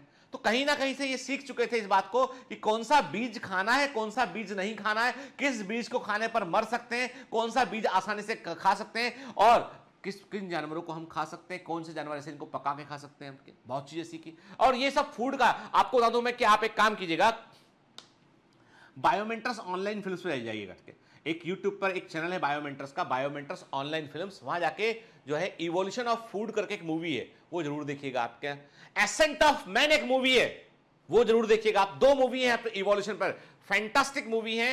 हमारी टीम ने बनाया, बहुत अच्छा स्क्रिप्ट मेरा है उसमें, शायद से वॉइस ओवर मेरा होगा या भारती का होगा, लेकिन जो मूवीज है वो उसका जो बना के टीम ने मुझे दिया, I really appreciate their effort कि बहुत जबरदस्त फैंटास्टिक है। आप देखेंगे तो आपको चीजें याद हो जाएंगी। Ascent of man, evolution of food, जरूर देखिएगा उसको, ठीक है। चलिए अब हम कहते हैं होमो इरेक्टस की बात चल रही है अभी यहाँ पे के, हम कहते हैं बेटा कि जो मोस्ट कंप्लीट फॉसिल है वो टर्काना बॉय के नाम से फेमस है, ठीक है, जो 1.6 मिलियन ईयर ओल्ड है और ये वेल प्रिजर्व फॉसिल के, ठीक है। और ये होमो इरेक्टस के जो फॉसिल से साफ साफ हमको रिकॉर्ड से मालूम चलता है कि ये हाथ में ये कुल्हाड़ियां रख करके, यानी ये लकड़ी के ऊपर नुकीले स्टोन, लकड़ी के ऊपर एक वुड का हिस्सा लिया, लकड़ी को लिया इन्होंने, उसके ऊपर ये नुकीले पत्थर को बांध लिया करते थे ऐसे बेल से, किससे, कोई बेल लिया उससे बांध दिया इन्होंने, कुल्हाड़ी बनाना सीख गए थे ये, ठीक है। फिर इनका मेजर इन्वेंशन था स्टोन टूल टेक्नोलॉजी के, मतलब इन्होंने इतने तरह के स्टोन के वेपन बनाए इन्होंने, basically they are the tool maker के। इन्होंने इस पत्थरों को अलग अलग रूप दिया इन्होंने कि इस पत्थर से आप ये बेल काट सकते हो, इस पत्थर से फल को तोड़ सकते हो, इस पत्थर से आप जो सीड तोड़ सकते हो, इस पत्थर से दूसरे वाले का सिर फोड़ सकते हो, सब सीख गए ये, ठीक है।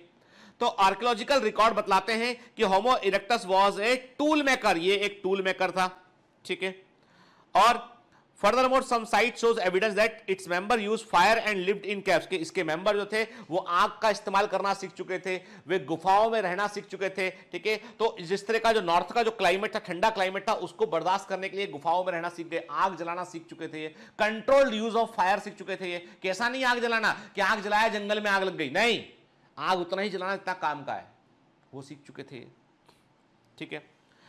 पैकिंग मैन, इसका इसी प्रजाति ने होमो इरेक्टस का ही जो है वो कॉमन नेम, पैकिंग मैन भी इसी के अंदर आता है बेटा के, ठीक है। तो पैकिंग मैन जो है वो इसी जो है वो इसका इसी प्रजाति का क्लासिकल एग्जांपल है के। Generally considered to have first species to have expanded beyond Africa, ऐसा कहा जाता है कि होमो इरेक्टस जो है वो अधिक वॉक किए, अधिक चले, और ये पहली प्रजाति थी ह्यूमंस की जो अफ्रीका के बाहर निकल के एशिया में आ गई, यूरोप में आ गई, सब तरफ घूमने लगी। माइग्रेटरी हैबिटेट ने इन्होंने जगह छोड़ के आगे बढ़ना शुरू कर दिया इन्होंने के। Homo erectus considered highly variable species spread over 2 continent के, ऐसा कहा जाता है कि अफ्रीका और एशिया में सबसे अधिक ये डिस्ट्रीब्यूट हुए। उस समय एशिया भी यूरोप के हिस्से से अभी भी जुड़ा हुआ है, यूरेशिया प्लेट था पूरा, तो ये बेसिकली 2 कॉन्टिनेंट तक पहुंच चुके थे। Possibly longest lived early human species, ऐसा कहा जाता है कि होमो इरेक्टस ने बहुत लंबे समय तक धरती पर वो रहे के, and they live for a long time, ठीक है। यूजिन डुबियोस ने found first Homo erectus in Indonesia in 1891, ठीक है ना।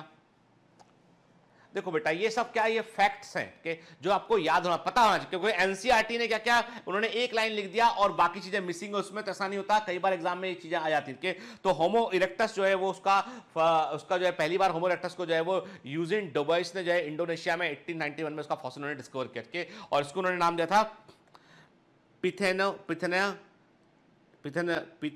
पिथेक एंथ्रोपस इरेक्टस या इरेक्ट एपमैन कहा उन्होंने इसको, ठीक है ना। कहा गया कि इसकी जो हाइट है 5 फीट पौने 5 फीट से लेके 6 फीट के आसपास थी, वजन इसका जो है वो 40 से लेके जो है 68 के, मतलब बिल्कुल सारे डायमेंशन मॉडर्न मैन के समान ही थे इसके, ठीक है। Homo erectus master the control of fire, मैंने कहा ना आपसे कि इसने आग का बढ़िया इस्तेमाल करना सीख चुका था, ये क्या ऐसा कहते हैं कि एविडेंस ऑफ कंट्रोल फायर जो है वो हमको जो है वो पूरा काफी 1 मिलियन ईयर्स अगो के आसपास हमको एविडेंस जो देखने मिलते हैं, मतलब कि बाकायदा प्रमाण मिलते हैं हमको इसके, ठीक है। अब एनसीईआरटी पर आते हैं। Fossil discovered in Java 1891 revelled the next stage homo erectus about 1.5 million years अगो के, जो इंडोनेशिया है उसी के का हिस्से को, जावा सुमात्रा वाला हिस्सा के। तो हमने क्या कहा आपसे कि 1891 में जो है वो जो कुछ फॉसिल्स मिले जावा में हमको, जो होमो इरेक्टस के थे 1.5 मिलियन ईयर्स हो गए थे। होमो इरेक्टस का जो ब्रेन था वो तकरीबन जो क्या था वो 900 सीसी के आसपास का ब्रेन रहा था, ठीक है। होमो इरेक्टस प्रोबेबली जो है वो मीट खाने वाले थे, मैंने कहा ना आग में पका के खाना सीख गए थे, मीट खाना सीख गए थे। इन्होंने कहा कि केवल कंदमूल पे डिपेंडेंट नहीं रह सकते हम, जड़ पे फलों पे, इन्होंने एनिमल को खाना वो सीख चुके थे। आपको पता है कि इंटरेस्टिंग बात, सबसे पहले एनिमल का कौन सा पार्ट खाया है इन्होंने? टाइगर ने कोई एनिमल खा के चला गया, उसके बाद ये एनिमल का इंटेस्टाइन वाला भाग खाते थे, जो कि क्योंकि टाइगर मेनली मेजर मांस वाला हिस्सा टाइगर खा लिया करता था, इंटेस्टाइन को छोड़ दिया करता था, वो ये हाथ वाला हिस्सा खाया करते थे। फिर धीमे धीमे बचा हुआ कुछ मांस खाना सीखे ये, और इन्होंने पहले, उसके बाद इन्होंने शिकार करना सीखा। इन्होंने पहले ये किसी कार्निवोर एनिमल के मारे हुए जानवर को खाया करते थे, बाद में इन्होंने जो शिकार करना सीखा इन्होंने, फिर मारने के बाद पकाकर, पकाने के बाद फूड जल्दी खराब नहीं होता था, वो भी सीख लिया ये। तो आदमी जो आज हम कर रहे हैं ना, इसको सीखने में मिलियंस ऑफ ईयर का वक्त लगा है। ठीक है, देखिए अब एक बार हम ब्रीफ हिस्ट्री देख रहे हैं। ऑस्ट्रेलोपिथेकस देखिए आप, ठीक है। फिर उसके बाद होमो हेवेलिस देख रहे हैं आप, पहली बार टूल बनाया, पर क्या बोल पाता था नहीं बोल पाता था, इसको लेकर डाउट है अभी भी। होमो इरेक्टस जो था उसने डिस्कवरी ऑफ फायर किया, ग्रुप में हंटिंग करना शुरू किया, उसने जानवरों को मार के खाना शुरू किया उसने के। इसके बाद लंबा समय ना, होमो इरेक्टस बड़े लंबे समय तक अर्थ पर रहे और एक टाइम गैप मिलता है हमको।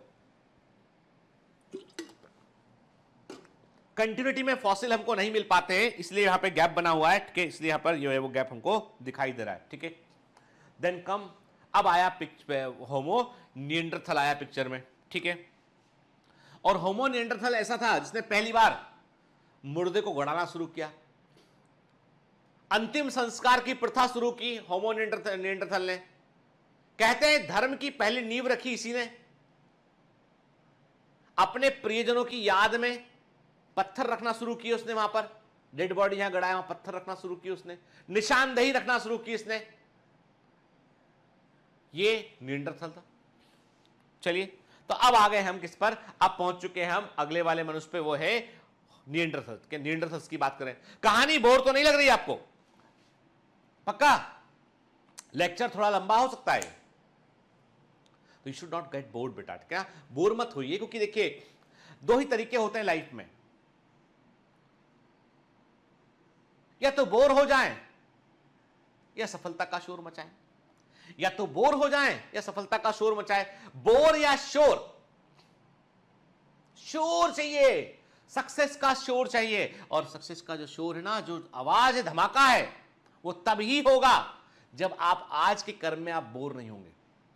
हम जो आज इबारत लिख रहे हैं ना, ये कल सफलता की मिसाल बनेगी। तो इसलिए कभी भी ये मत सोचिए कि हम पढ़ रहे हैं, नोट बना रहे हैं, पढ़ नहीं, हम बन रहे हैं। डोंट थिंक लाइक दैट कि हम पढ़ रहे हैं, ये सोचो हम बन रहे हैं, हम निर्माण कर रहे हैं हमारा खुद का, अपने आप का। प्रकृति ने जो करना था वो कर दिया मिलियंस ऑफ वर्ष में, अब बारी हमारी है, ठीक है ना, हम कुछ करके दिखाएंगे। चलिए रूट के आते हैं वापस, है ना। तो हम देख रहे हैं निएंडरथल्स को, देख रहे हैं यहां पर, ये है निएंडरथल। देखिए बिल्कुल आज के मनुष्यों के समान दिखाई पड़ रहा है, एग्जैक्टली अब हम बिल्कुल बराबरी पर पहुंच चुके हैं हम। ठीक है, हम कह रहे हैं, और ये कहां मिला आपको, ये कहां रहा करते थे, ये यूरोप और south west of central Asia में सबसे अधिक पाए गए, और ये आपको कब से कब तक रहे, ऐसा कहते हैं कि आज से 4 लाख वर्ष से लेके जो है वो 40,000 वर्ष पहले तक जो है ये प्रेजेंट थे। और इनका सबसे बड़ा संघर्ष आपको बता दो, निएंडरथल की सबसे बड़ी लड़ाई, सबसे बड़ा झगड़ा जो हुआ निएंडरथल का, वो होमो सेपियंस से हुआ। होमो सेपियंस ने चुन चुन के इनको मारा है। निएंडरथल जो है वो बहुत लंबे समय तक हमारे बराबर ही ब्रेन कैपेसिटी, हमारे बराबर ही इंटेलिजेंट थे, लेकिन वो बदमाश नहीं थे, हमला नहीं करते थे, वो श्रूड नहीं थे, धूर्त नहीं थे। ठीक है, ये सारी कैरेक्टरिस्टिक होमो सेपियंस के अंदर आई। सेपियंस को इस बात से मतलब नहीं था कि हम अपना खाएं, इस बात से मतलब था कि वो क्यों खा रहे हैं। भाई हमारे पास पर्याप्त है, लेकिन वो क्यों खा रहे हैं, खत्म कर दिया। मारा, मार के पका के खा भी गए, ये भी किया। मतलब जिसे बोलते हैं ना एकदम क्रूएलिटी, उस लेवल पे आदमी आ चुका था होमो सेपियंस के आने पर। चलिए बात करेंगे सेपियंस की भी, हम कहानी, अपनी कहानी भी सुनते हैं किस तरह की कहानी हमारी के। तो हम बात करते हैं ये कि जो है वो निएंडरथल के बारे में। चलिए अब निएंडरथल की बात करें तो ये क्या है, हम कहते हैं जीनस होमो की ये एक एक्सटिंक्ट आज प्रजाति नहीं दिखाई पड़ती हमको इसके, और ये यूरोप और एशिया में तकरीबन 40,000 वर्ष पहले तक वो प्रेजेंट थी। ऐसा कहते हैं कि होमो एंटीसेसर ने जो है वो होमो हिडलबर्गस को बनाया और होमो हिडलबर्गिस से जो है होमो निएंडरथाल्स बने। अब ये सब एनसीईआरटी में नहीं है इसलिए हम इसको लिंक को टच नहीं करते हैं, पर दिमाग में रखिएगा कि होमो हेबिलिस इरेक्टस के बाद में होमो एंटीसेसर बना, देन होमो हिडलबर्गिस बना और फिर देन उसके बाद निएंडरथाल्स जो है वो बने। ठीक है, अब निएंडरथाल्स को निएंडरथाल क्यों बोलते हैं? क्योंकि इनके पहली बार फॉसिल इनके कहां मिले थे? वो निएंडर वैली में मिले थे और वो जर्मनी में के, तो जर्मनी में निएंडर वैली में पहली बार इनके फॉसिल्स मिले थे, इसलिए इनको हम निएंडरथाल्स कहते हैं। और इस नाम को दिया था विलियम किंग के, एंड होमो निएंडरथालिस नाम को प्रपोज किया था एक जियोलॉजिस्ट थे विलियम किंग, उन्होंने जो है होमो निएंडरथालिस नाम को दिया। ठीक है, निएंडरथाल हमारे सबसे क्लोजेस्ट रिलेटिव हैं जो धरती पर पाए गए थे, but their brains were just as large as our के, और हमारा इनका ब्रेन हमारे ब्रेन के ऑलमोस्ट बराबर था। के कहते हैं कि निएंडरथाल जो है made and used a diverse set of sophisticated tools, बड़े अच्छे टूल्स बनाना सीख चुके थे के, कंट्रोल्ड फायर का अच्छा यूज करना ये सीख चुके थे के, शेल्टर में रहकर देने, घर झोपड़ी बनाना सीख लिया इन्होंने के, इन्होंने जानवरों की खाल जो होती है उसको कपड़े के रूप में यूज करना। ठंड पड़ा करती थी, कहां रह रहे हैं? यूरोप के हिस्से में रह रहे हैं, ठंड पड़ती थी, शरीर के बाल काफी नहीं थे, तो उन्होंने जो दूसरे जानवरों को मारा, खा भी गए, उनकी खाल को निकाला और खाल को पहनना शुरू कर दिया उन्होंने के। फिर स्किल्ड हंटर थे, अच्छे शिकारी थे, बड़े एनिमल मार लिया करते थे के, इसके अलावा प्लांट फूड भी खाते थे के, और ये ऑर्नामेंट सोचिए सजा, जब बाहर बर्फ गिर रही है, यूरोप का हिस्सा है, बाहर बर्फ गिर रही है, खाने पीने के लिए बड़ा जानवर मार के अंदर कर लिया कि भैया इसी को खाएंगे अभी थोड़ा दिन तक, पका लिया, काटते थे, पका के मांस को खा लिया करते थे, वो भी कर लिया। अब टाइम कैसे पास करे? तो जानवर का कोई सींग है, कोई उसका खुर का हिस्सा है, कोई उसका तो जो बॉडी पार्ट्स हैं उनसे ऑर्नामेंट बनाना शुरू किया। गहनों की शुरुआत ऐसे हुई है गुफा के अंदर से, मतलब आज जो गहने पहनते हैं ना हम सिंबॉलिकली, कि गले में एक माला पहन ली, ठीक है, हाथ में रिंग्स पहन लिए, कुछ पहन लिया, ठीक है ना, ये गहने कैसे बने? ये ऐसे ही इवॉल्व किए। गुफा के अंदर बैठे मनुष्य के पास कोई वक्त नहीं था, बाहर बर्फ गिर रही थी, क्या करे? शिकार करने जा नहीं सकते थे। अब जानवर के पैर से, उसके सिंग से, उसके कोई ना कोई बॉडी पार्ट से उन्होंने ऑर्नामेंट बनाना शुरू किया। ठीक है, और अब बच्चों की केयर तो हो रही सब अपने। अब क्या, पहले क्या था? पहले स्त्री जो फीमेल थी उसके लिए मेल जो है उसको बच्चे की केयर करना पड़ता था। अब सब गुफा के अंदर ही है, झोपड़ी के अंदर है, अब कुछ और करना पड़ेगा, तो गहने बनाना सीख गया आदमी। ठीक है ना? तो ये कहानी मैं अपने मन से नहीं बोल रहा हूं, ये सब इवोल्यूशन है। मैंने इवोल्यूशन के ऊपर कई, मतलब आप उससे यदि ह्यूमन इवोल्यूशन में बात करेंगे तो मैं एक स्पीसीज के ऊपर जो है वो आपसे कम से कम 5-6 घंटा बात कर सकता हूं, कई दिन तक ह्यूमन इवोल्यूशन पढ़ा सकता हूं मैं फुट के, पर ऐसा नहीं करेंगे हम, क्योंकि हमको नीट के लिए तैयार करना है। क्योंकि मेरा सब्जेक्ट रहा है एंथ्रोपोलॉजी, मानव विज्ञान मेरा सब्जेक्ट रहा है यूपीएससी के दौरान, and I really love that subject की बहुत ही अच्छा था। आपको एक नया पर्सपेक्टिव मिलता है जब आपका एग्जाम हो जाए ना बेटा, जब आपका एग्जाम हो जाएगा नीट 2021 का, बढ़िया आप करेंगे नीट के एग्जाम में, अच्छा आप करके आएंगे एग्जाम में, उसके बाद आप एक काम कीजिएगा, सैपियंस बुक पढ़िएगा। क्या पढ़िएगा? Sapiens book, fantastic book ever. Sapiens book का नाम हिंदी में भी अवेलेबल है, ऐसी बुक आपने कभी नहीं पढ़ी होगी, फैंटास्टिक बुक है। ठीक है, चलिए लूट क्या बताते हैं, एविडेंस बतलाते हैं कि इन्होंने अपने जो है वो जो डेड थे, मृत थे, उनको उन्होंने जो है वो दफनाना सीखा उन्होंने। ठीक है, उनके कब्र को बनाना सीखा उन्होंने, उस कब्र पे फूल चढ़ाना सीखा उन्होंने, और यही धर्म की पहली शुरुआत थी कि आपने क्या किया, आपने कोई मरे हुए व्यक्ति को आपने दफनाया, दफना के बाद उसकी कब्र बनाई, वहां पे आपने फूल चढ़ाना शुरू किया आपने के। फिर कुछ लोगों को आपने बोला कि ये अच्छे लोग थे, इन्होंने हमारे जितने कबीले को दिशा दिखाया इन्होंने, तो उनकी जब वो मरे थे, देखा भाई बारिश शुरू होने के समय मरे थे वो, पहले कैलेंडर वैलेंडर था नहीं कि बरसात शुरू, पहली बरसात के समय वो मर गया था आदमी, वो बहुत अच्छा आदमी था वो, उसको वहां दफनाया हमने, वो देखो पेड़ के पास में जो पत्थर लगाया ना वहां दफनाया। तो पहली बारिश होगी, मतलब ये हो गया एक मौसम पूरा, तो चलो पूजा करने चलते हैं उसकी, जाके फिर फूल चढ़ा के आ गए। अगली साल फिर पहली बारिश हुई, फिर फूल चढ़ा के आ गए, शुरुआत हुई ऐसे ही। ठीक है, no other primate and no earlier human species had ever practiced this sophisticated and symbolic behavior. कहते हैं कि आज के पहले निएंडरथल के पहले कभी किसी मनुष्य ने ऐसा नहीं किया था। और साइंटिस्ट बतलाते हैं कि निएंडरथल ने दफनाना क्यों शुरू किया, क्योंकि कई लोग उस समय चूंकि जंगलों में कई बीमारियां फैला करती थी, तो कई बीमारियों से लोग मर जाया करते थे। और अपने जो मदर थी, मदर को अपने बच्चे के मरने का बड़ा दुख हुआ करता था, तो वो अपने बच्चे की डेड बॉडी, बाकी लोग बोलते थे फेंक दो बॉडी को, पर मदर नहीं फेंकती थी।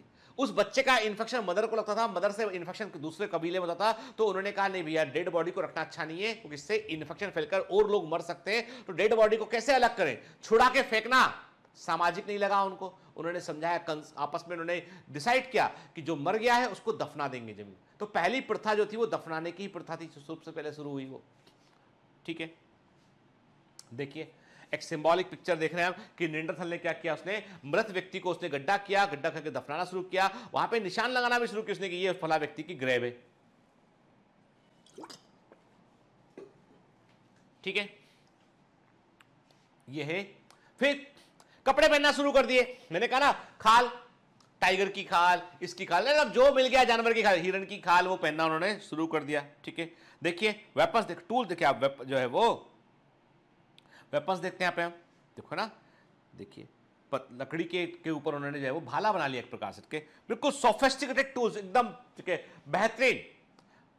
हर मतलब ये सोचिए उस समय तक जो है वो ये इतने स्किल्ड टूल्स को वो बना चुका था। ठीक है, एनसीईआरटी का लिखता है, the Neanderthal man with a brain size 1400 cc, हमारे बराबर का ब्रेन के, lived in near east and central Asia between 1 lakh to 40,000 years back. ठीक है, they used hides to protect their body, गुफा में रहा करते थे ये। ठीक है, एंड बरीड देयर डेड के, और ये अपने जो है जो मृत व्यक्ति थे उनको वो दफना दिया करते थे। ये थे Neanderthals. Clear?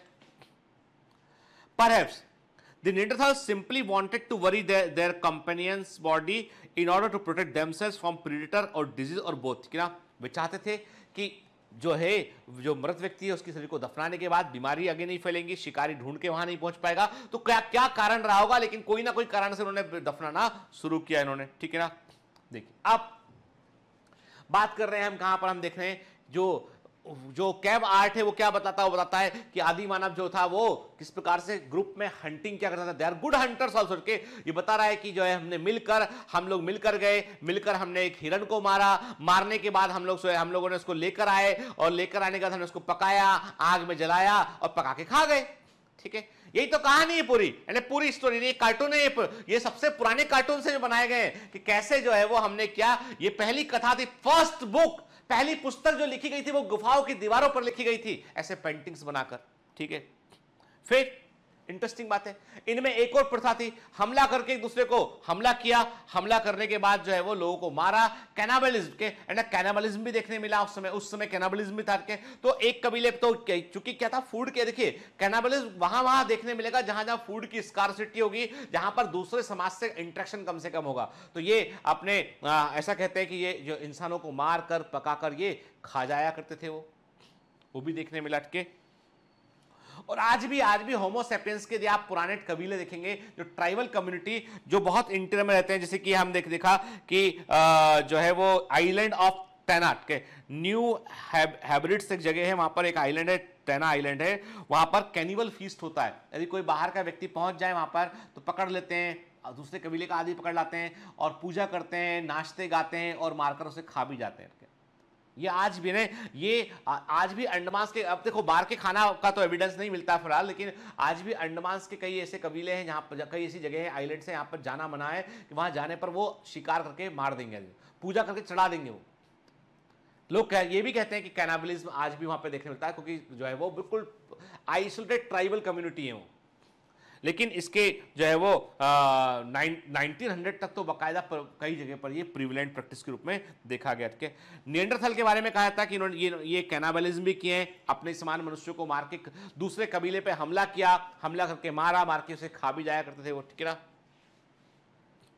And Neanderthals may have been eaten by anatomically. अब देखिए फिर इसी चीज को होमो सैपियंस और एग्रेसिव थे, इन्होंने बहुत सारे रिचुअल्स किए, बहुत सारे इन्होंने और आगे लेके गए इन चीजों को और इन्होंने जो है होमो निएंडरथल को ऑलमोस्ट खत्म कर दिया उन्होंने।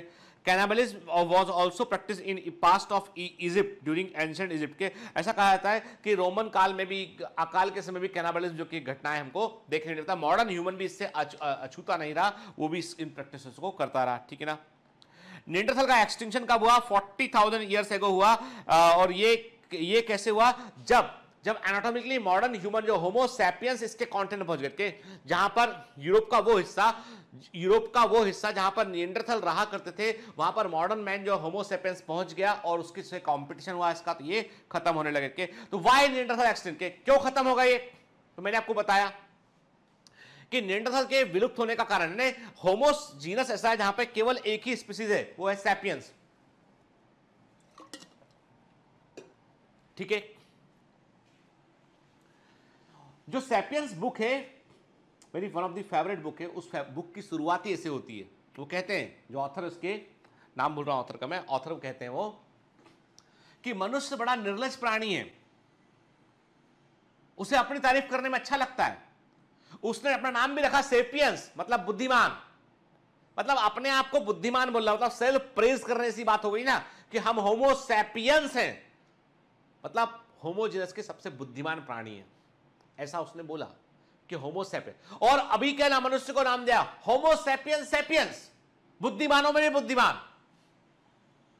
हद हो गई निर्लजता की वो बोलते हैं। मतलब बड़ी अच्छी बुक है, फैंटास्टिक बुक है, मतलब बताएगा आपको कि आप जो सोचते हैं उसका पर्सपेक्टिव जो है बुक में, मतलब मैं जो है मुझे उस बुक से बहुत एक नया पर्सपेक्टिव सीखने मिला। खैर चलिए, जब आप निकल जाएंगे तो वक्त हो, अभी नहीं पढ़ना, अभी टाइम नहीं इतना है ना, पढ़ने का समय इंपॉर्टेंट है। तो why Neanderthals extinct? Violence from encroaching anatomically modern man के जो होमो सैपियंस थे, उन्होंने हिंसा किया, इनके खिलाफ मारना शुरू किया। फिर कई जगह पर पैरासाइट थे, पैथोजेंस थे, उसके कारण से हुआ। फिर कंपटीशन फूड के लिए, हैबिटेट के लिए मॉडर्न ह्यूमन से कंपटीशन हुआ। तो जो अधिक सक्षम थे, मॉडर्न ह्यूमन मोर इंटेलिजेंट थे, मोर शार्प, ब्रेन उतना ही बड़ा था लेकिन शार्प थे, बदमाश थे अधिक, ठीक है, ग्रुप में काम करते थे, बेटर कोऑर्डिनेशन था समाज के अंदर, इसलिए ये भारी पड़ गए इन पिट तो। और दूसरा, कुछ साइंटिस्ट कहते हैं कि सारे निएंडरथल मार दिए हो, ऐसा नहीं है। ऐसा भी हुआ कि इनकी जो निएंडरथल में जो मेल थे उनको ये मार दिया करते थे और उनकी फीमेल को अपने ग्रुप में ले आया करते थे, ठीक है, और रिप्रोड्यूस किया। तो जो इंटरमिक्सिंग ऑफ कैरेक्टर हुआ, उसके बाद जो है वो धीमे धीमे निएंडरथल खत्म होने लगे वो, ठीक है। फिर इसी बीच एक जो है वो कैरेक्टर और उभर के सामने आता है जिसके बारे में ज्यादा बातें नहीं की गई हैं और एनसीईआरटी में भी इसके बारे में नहीं लिखा गया है, पर ये बड़ा इंपॉर्टेंट कैरेक्टर है, वो है क्रो-मैग्नस के। क्रो-मैग्नन जो तकरीबन 30,000 वर्ष पहले humans closely resembling modern European के, ऐसे मनुष्य जो बिल्कुल आज के यूरोपियन के समान दिखाई पड़ते थे, क्रो-मैग्नन के ये इवॉल्व के, और इनका जो क्रिमिनल कैपेसिटी था वो हमसे ऊपर था। साइंटिस्ट कहते हैं they may have brain capacity around 1600 CC, they are much more intelligent. ये इतने इंटेलिजेंट थे कि इन्होंने ऐसे पेंट बना लिए, इन्होंने जिंक ऑक्साइड ये सब केमिकल यूज करके, इन्होंने एल्यूमिनियम ऑक्साइड की भाई, जिसके तो चलते जो है लाखों वर्षों से इनकी बनाई हुई पेंटिंग नहीं मिटी आज तक। बहुत सारे इन्वेंशन इन्होंने किए, बहुत सारे इन्वेंशन इन्होंने किए, और ये कहां चले गए, कैसे गायब हो गए, आज भी इसके बारे में कोई भी क्लियर क्लू नहीं है हमारे पास। सोचिए, क्लू के नाम पे क्या वैज्ञानिक कहते हैं, साइंटिस्ट कहते हैं कि भाई ये जो है वो खत्म हो गए, होमो सेपियंस ने मार दिया, रिप्लेस कर दिया। कुछ कहते हैं कि ये इतने इंटेलिजेंट थे, इनको इतनी आसानी से मार पाना पॉसिबल नहीं था। कुछ वो कहते थे मानव जीनोम परियोजना, ह्यूमन जीनोम प्रोजेक्ट के पहले कई लोग कहते थे कि ये जो यूरोपियन है वो होमो क्रो-मैग्नन ही हो। मालूम चला जब ह्यूमन जीनोम प्रोजेक्ट से नहीं, ऐसा नहीं है, हम सब होमो सेपियंस ही है। कुछ लोगों का बोलना है कि भैया ये तो ग्रह छोड़ के चले गए, मतलब वो कहीं जाके बस गए दूर, इतना टेक्नोलॉजी एडवांस कर लिया उन्होंने अपना। अब ये कितना सच है नहीं मालूम, लेकिन कहानी में ट्विस्ट तो है, कोई पैच तो फंसा है जिसको अभी तक नहीं सुलझाया गया है। तो हम कहते हैं Cro-Magnon, the name given to the successor of the Neanderthals in France and Europe के अंदर जो निएंडरथल थे उसके बाद जो ह्यूमन स्पीसीज वहां पर ओरिजिनली ओरिजिनेट हुई वो थी क्रो-मैग्नन थी, ठीक है। और हम कहते हैं कि देखिए, अब बड़ी अच्छी बात लिखी है, ड्यूरिंग दिस पीरियड, ये कब थे, 35,000 से लेकर 10,000 वर्ष पहले थे ये। During this period the development of art and technology for accident anything the world had seen before के, मतलब जब तक क्रो मैग्नन प्रेजेंट थे तब तक आर्ट का, टेक्नोलॉजी का जिस प्रकार से डेवलपमेंट हुआ ना, ये इसके पहले किसी लोग कहते हैं कि जो पहिए का आविष्कार है, बैलगाड़ियों का आविष्कार है, ये भी ये कर गए थे। उसको मॉडर्न ह्यूमन ने देखा और उसको अपना लिया। कितना सही कितना गलत ये कह पाना मुश्किल, लेकिन वो कहते हैं ये बात में कोई संदेह नहीं है कि क्रो मैग्नन बहुत इंटेलिजेंट रहे के। दे हाईली स्किल्ड नोमैडिक हंटर, घूमने वाले घुमक्कड़ शिकारी थे, हाईली स्किल्ड थे उठ के। ये सीजनल माइग्रेशन करते थे, ग्रुप में रहा करते थे उठ के। इनके पास स्पेशलाइज्ड टूल्स थे हंटिंग के लिए, ठीक है। इन्होंने तीर कमान, पहली बार इन्होंने तीर कमान बनाया। सोचिए आप, ये पहला वेपन के तीर कमान बना लिया कि दूर से ही मार दिया। भाला होगा आपके पास में, कुल्हाड़ी होगी आपके पास, तो पास जाके मारना पड़ेगा। तीर कमान होगा तो दूर से ही मार दिया उन्होंने, ठीक है। They sought refuge in caves, rock shelters and form living group of various size के। इन्होंने जो है गुफाओं में रहना शुरू किया के, पत्थर के घर बनाना भी शुरू किया इन्होंने के। और ये कैब पेंटर्स के, इन्होंने जो है वो कैब पेंटिंग शुरू किया उनके, यानी कैब के अंदर बढ़िया पेंटिंग बनाना शुरू किया इन्होंने जो है वो मैग्नीज हुआ, आयरन ऑक्साइड हुआ, इन चीजों का इन्होंने पेंट बनाना शुरू किया के। मैं जो एल्यूमिनियम ऑक्साइड बोल गया था वो ठीक नहीं है, शुरुआती जो था वो करेक्ट कर रहा हूं बेटा मैं। इन्होंने मैग्नीज और आयरन ऑक्साइड से पेंट को बनाया इन्होंने के। और क्रो मैग्नन ने क्या किया, उन्होंने जो है वो अपनी कई सारी, और फ्रांस और स्पेन की जो गुफाएं हैं ना, उनकी जो पेंटिंग आप देख लेंगे ना, अद्भुत है, अमेजिंग है। आज भी वो पेंटिंग ऐसी लगती है किसी बहुत बड़े आर्टिस्ट ने बनाई हो। देखिए, दिस इज द पेंटिंग, बहुत पुरानी, समझे 30,000 वर्ष के आसपास पुरानी होगी। Painting of a horse from the cab of New York, France की कैब पे देखिए आप, ऐसा लगता है किसी ने जो है वो बहुत ही अच्छे से सोच समझ के आर्टिस्टिक तरीके से बनाया गया। और दिखाता हूं आपको मैं के, देखिए आयरन ऑक्साइड का यूज किया गया पेंटिंग, देखिए आप कितना क्लियर पेंटिंग है। और ये सब ऐसा नहीं है कि कोई 10, 20, 25 साल पुराना के, ये हजारों वर्ष पुराना है। क्वालिटी देखिए आप, ठीक है। ये देखिए आप, ये क्रो मैग्नन ने बनाया है ये सब, मतलब अमेजिंग क्लैरिटी, ठीक है। ठीक, ये है क्रो मैग्नन, ठीक है ना, ये क्रो मैग्नन, और बिल्कुल यूरोपियन के समान में ये दिखाई पड़ते हैं। देन हमने कहा ये निएंडरथाल, देन हम देख रहे हैं क्रो मैग्नन के। दोनों में देखिए आप ना, सबसे अब तक की होमोसेपियंस के आसपास यदि हम बोले, या जो है वो पूरे ह्यूमन इवोल्यूशन में सबसे इंटेलिजेंट किसी मैन को माने, इसका क्रेनियल कैपेसिटी हायर साइड था, जो बहुत अधिक इंटेलिजेंट था, वो था क्रो मैग्नन, ठीक है। With the appearance of crow Magnon, human evolution has become almost entirely cultural rather than biological. ऐसा कहते हैं क्रो मैग्नन के उदय के साथ में इन्होंने आर्ट का, टेक्नोलॉजी का बहुत विकास किया। बायोलॉजिकल इवोल्यूशन भले ही कम हुआ हो, लेकिन इन्होंने कल्चरल इवोल्यूशन काफी अधिक किया। Human have spread throughout the world by devising means to deal with a broad range of environmental condition. पूरे दुनिया में मनुष्य फैल चुका था के, और अब कई सारे, देखिए आज हम कहते हैं कि निएंडरथाल्स की बात करें हमसे लेके, आज हम बात करें स्टोन टेक्नोलॉजी से लेकर, हम बात करें कि जो है स्टोन का भी एक युग रहा है, एक लोहे का एक युग रहा है, और चलता रहा, और फाइनली हम आप जो है चांद तारों तक की बातें करने लगे। कई साइंटिस्ट कहते हैं कि क्रो मैग्नन जो है वो होमो सेपियंस के साथ में इंटरब्रीडिंग किए, और फाइनली ये हुआ कि वो ब्रीड करने में सफल रहे, और उसके ब्रीडिंग से जो है वो नई रेस बनी। हालांकि स्पीशीज का कॉन्सेप्ट कहता है कि दो स्पीशीज आपस में रिप्रोडक्टिवली आइसोलेटेड होती है, लेकिन होमो सेपियंस और क्रो मैग्नन संभवतः ऐसा कर पाए और फर्टाइल ऑफस्प्रिंग जो है वो बन पाए। क्या सच है ये कोई नहीं जानता, लेकिन क्रो मैग्नन जो है सबसे होशियार मनुष्य रहे, इस बारे में कोई संदेह नहीं है। देन पिक्चर में आता है होमो सैपियंस के, ये है होमो सैपियंस। हम अपनी ही बात कर रहे हैं कि अभी, लेकिन फर्क इतना सा है, जो क्रो मैग्नन है वो निएंडरथाल से ओरिजिनेट हुआ कहां पर, यूरोपियन हिस्सों में, ठीक है। ये कहां पर था, ये एशिया और अफ्रीका में इसका उदय हुआ होमो सैपियंस का, ठीक है। Homo sapiens arose in Africa, best mainly Africa, ठीक है, और अफ्रीकन पार्ट जो एशिया से कनेक्टेड थे वहां पे माइग्रेट कर गया, and moved across continents and developed into distinct races, क्या अलग अलग रेस में डेवलप हो गया ये। ड्यूरिंग आइस एज बिटवीन 75,000 से लेकर 10,000 ईयर्स एगो मॉडर्न होमो सेपियंस एरोस। ऐसा कहा जाता है कि आधुनिक होमो सेपियंस का उदय जो है वो कब हुआ, आइस एज में हुआ, ठीक है, और हिम युग में हुआ तकरीबन 75,000 से लेकर 10,000 वर्ष पहले तक, ठीक है। प्री हिस्टोरिक कैव आर्ट, सब NCERT, prehistoric cave art developed around 18,000 years ago. ऐसा कहा जाता है कि जो इतिहास के जो दस्तावेजों के पहले, यानी जो हम अभी जो हिस्ट्री हम जानते हैं उसके पहले की हिस्ट्री जो है उनको कैव आर्ट से मालूम चलती है। वो हमें जो गुफाओं में जो आर्ट है वो तकरीबन 18,000 वर्ष के आसपास पुराना है, ठीक है। और ऐसी पेंटिंग हमको, प्री हिस्टोरिक ह्यूमन की पेंटिंग हमको देखने मिलती है मध्य प्रदेश के रायसेन डिस्ट्रिक्ट में भीमबेटका रॉक शेल्टर, मैंने देखा हुआ है। मैं गया हुआ चूंकि मेरे मामा जी लोग जो है वो रायसेन डिस्ट्रिक्ट में ही रहते हैं। मेरे मामा जी लोग जो है वो रायसेन के पास एक जगह है मंडीदीप, वहाँ रहते हैं। मैं भोपाल में रहा हूँ, तो मंडीदीप से हम लोग कई बार भीमबेटका गए हैं देखने के लिए। फ्रेंड्स का ग्रुप भी गया हम लोगों का वहाँ पे। और जब मेरा सब्जेक्ट एंथ्रोपोलॉजी था तो हमारे प्रोफेसर हमको वहाँ लेके गए थे कैव आर्ट को समझाने के लिए। Agriculture come around 10,000 years back and human settlement started. ऐसा कहा जाता है कि कृषि की शुरुआत जो है वो कब हुई, वो 10,000 वर्ष पहले हुई। और पहली बार जब पहले आदमी नोमैडिक हंटर था, मतलब वो घुमक्कड़ शिकारी था।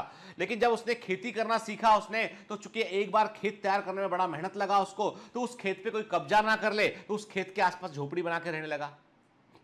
उस खेत में वो बीज डाला करता था और उसे मालूम था कि ये बीज मैं खा सकता हूं, तो बीज को जंगल से बटोर के लाया, उसने खेत में डाल दिया, उग गया वो। तो उसको अब घूम घूम के बीज बटोरने की जरूरत नहीं थी, उसको खेती की शुरुआत हुई।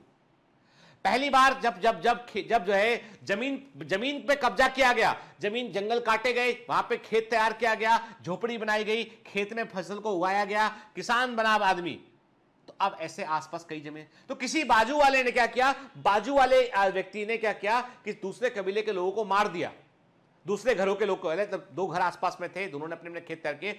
एक बाजू वाले व्यक्ति ने क्या किया, सुनिए कहानी मजेदार है।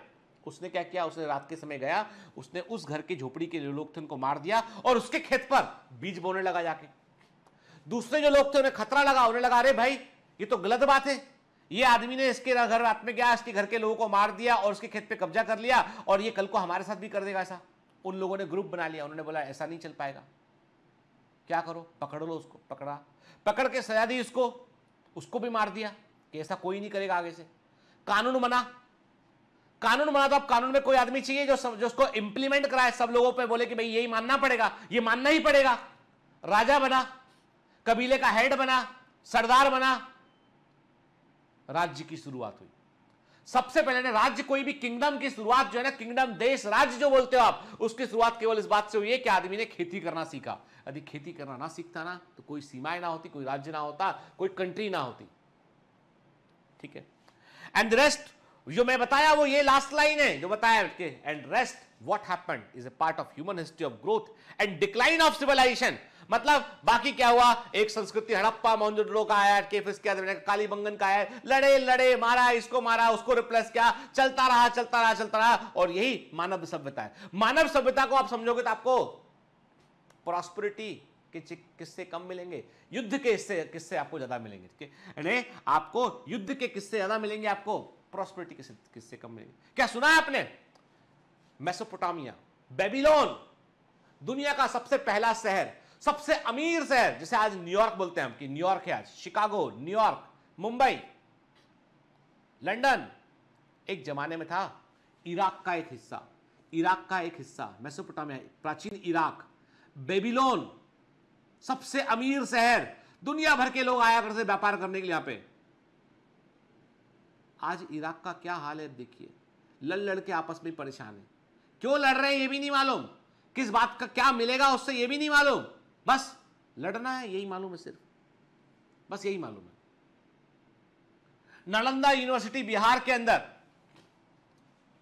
पाटलिपुत्र, भैया वहां पहुंचने के लिए ऑक्सफोर्ड यूनिवर्सिटी, पुराने जमाने का ऑक्सफोर्ड यूनिवर्सिटी, कि नालंदा में एडमिशन हो गया, नालंदा यूनिवर्सिटी में, मतलब ये कि आप ऑक्सफोर्ड यूनिवर्सिटी आ गए, दुनिया का सबसे बड़ा ज्ञान का केंद्र वहां पहुंच चुके हैं। आज क्या खत्म, almost gone case. Rise and fall of civilisation चलता रहा। क्या लगता है आपको, जो अमेरिका आज दुनिया पर रूल करता है, जो यूरोप के कई कंट्री दुनिया पर रूल करते हैं, वो हमेशा ऐसे रहेंगे? ऐसा नहीं है, चीजें बदलेंगी। हो सकता है कि आज के कई जो है कुछ डिकेड्स के बाद, कई वर्षों के बाद में, जो है कुछ दशक के बाद में, या एक सेंचुरी के बाद में, India will lead the world again. पर ये सब होगा कैसे?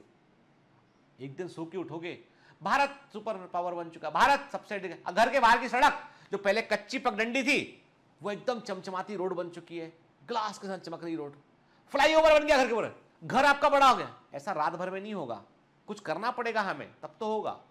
हमारी जनरेशन को कुर्बानी देनी पड़ेगी, अपनी मेहनत से, अपने तरक्की करके धर्म से लड़ना बंद करना पड़ेगा, सीमाओं पर लड़ना बंद करना पड़ेगा, ह्यूमन राइट्स के उत्थान के बारे में बात करना पड़ेगा। सीमाओं पर लड़ने का मतलब है कि अननेसेसरी के कन्फ्लिक्ट की बात कर रहा हूं। देश की सुरक्षा करना प्राइमरी कर्तव्य है, सबसे बड़ी ड्यूटी है वो, लेकिन अननेसेसरी दूसरे के यहाँ पे कब्जा कर लिया जाके दूसरे को परेशान करना है, वो सब चीजें सुनते ना हम लोग, क्या ऐसा हो रहा है आस पड़ोस में। आदमी को अपना फोकस करना पड़ेगा अपने डेवलपमेंट पे कि भाई क्या क्या और बेहतर कर सकते हैं हम। सबसे बड़ा इन्वेस्टमेंट हमको जो है कहां करना चाहिए? छोटे बच्चों की देखरेख में, मदर्स की देखरेख में, हेल्थ केयर में। वहीं से तो मनुष्य इवॉल्व करेगा। तुम्हारी बिल्डिंग कभी इवॉल्व नहीं करेगी। बिल्डिंग बना ली तो पता चला कल को इसी बिल्डिंग से अपने ऑटोमेटिक 2 बिल्डिंग बन गई, बिल्डिंग ने बच्चा दिया, छोटी बिल्डिंग बाजू में बन गई। अरे इंसान ग्रो करेगा भाई, इंसान की वैल्यू समझिए। अमेरिका और यूरोप क्यों, और जापान क्यों अधिक, साउथ कोरिया क्यों अधिक डेवलप्ड है?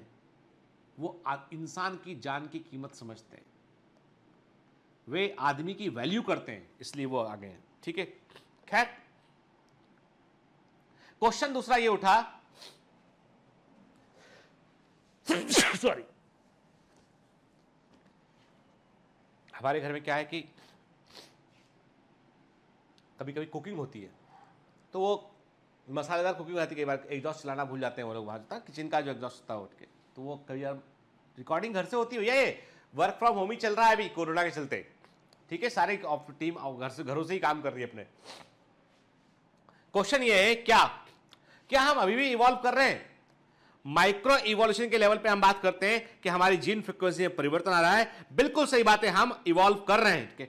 हमारे जेनेटिक कैरेक्टर पहले से इंप्रूव कर रहे हैं, हमारे अंदर नए नए कैरेक्टर इन्वॉल्व हो रहे हैं अंदर के, धीमे धीमे ग्रेजुअल के। लेकिन मैक्रो इवोल्यूशन की बात करें, क्या एक नई प्रजाति बनने की कोशिश हो रही है?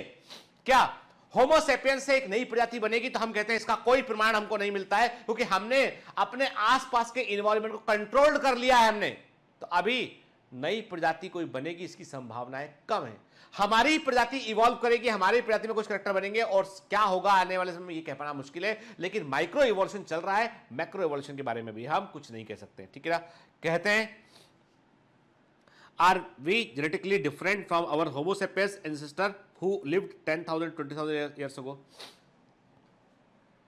प्रश्न ये उठता है, क्या हमारे जो पूर्वज होमो सेपियंस थे, जो 10,000 से 20,000 वर्ष पहले रहा करते थे, उनसे हम अलग हैं, डिफरेंट है? बिल्कुल सही बात है। आपके जीन्स के अंदर और इंप्रूवमेंट और रिफाइनमेंट हुआ है। आज छोटे बच्चों को आप देखना, उसका जो इंटेलिजेंस का जो आईक्यू लेवल है ना, आज के छोटे बच्चे का, जन्म लेके साल भर के छोटे बच्चे का जो आईक्यू लेवल है ना, वो आप पुराने समय के 10,000 वर्ष पहले के एक इंसान से मैच कर लेंगे, आपको मालूम चलेगा ये जो 1 साल 2 साल का बच्चा, इसका आईक्यू लेवल ज्यादा निकलेगा। कैसे? सराउंडिंग, हमारा इन्वायरमेंट हमको बहुत तेजी से अफेक्ट कर रहा है हमको। और आज हम जो है वो जेनेटिक लेवल पे बात करें, आज हम जो है वो कल्चरल लेवल बात करें, तो हम अपने पूर्वजों से काफी अलग हैं। ठीक है, ह्यूमन पॉपुलेशन जो है वो उसका जो एनवायरनमेंट का एक्सपोजर है, जो उसका जो है वो जो शहरीकरण है, और जो नेचुरल सिलेक्शन का जो प्रेशर है, मतलब बहुत सारे फैक्टर्स है जो एक साथ काम कर रहे हैं। और हम अभी हमारे पूर्वज होमो, इसीलिए हम अपने आप को होमो सैपियंस नहीं बोलते, हम बोलते हैं होमो सैपियंस, सैपियंस बोलते हैं उसको अपने आप को। ठीक है, भविष्य क्या है, क्या होगा आज के हजारों लाखों वर्षों के बाद में? क्या कुछ प्रिडिक्शन कर सकते हैं हम? डिपेंड करता है कि क्या होगा भविष्य, कि हम अपनी टेक्नोलॉजी को कैसे यूज करते हैं। एक दिन गुस्से में आके सबने एक दूसरे पर न्यूक्लियर बम फोड़ दिए तो खत्म, ह्यूमन इवोल्यूशन कहानी वही खत्म।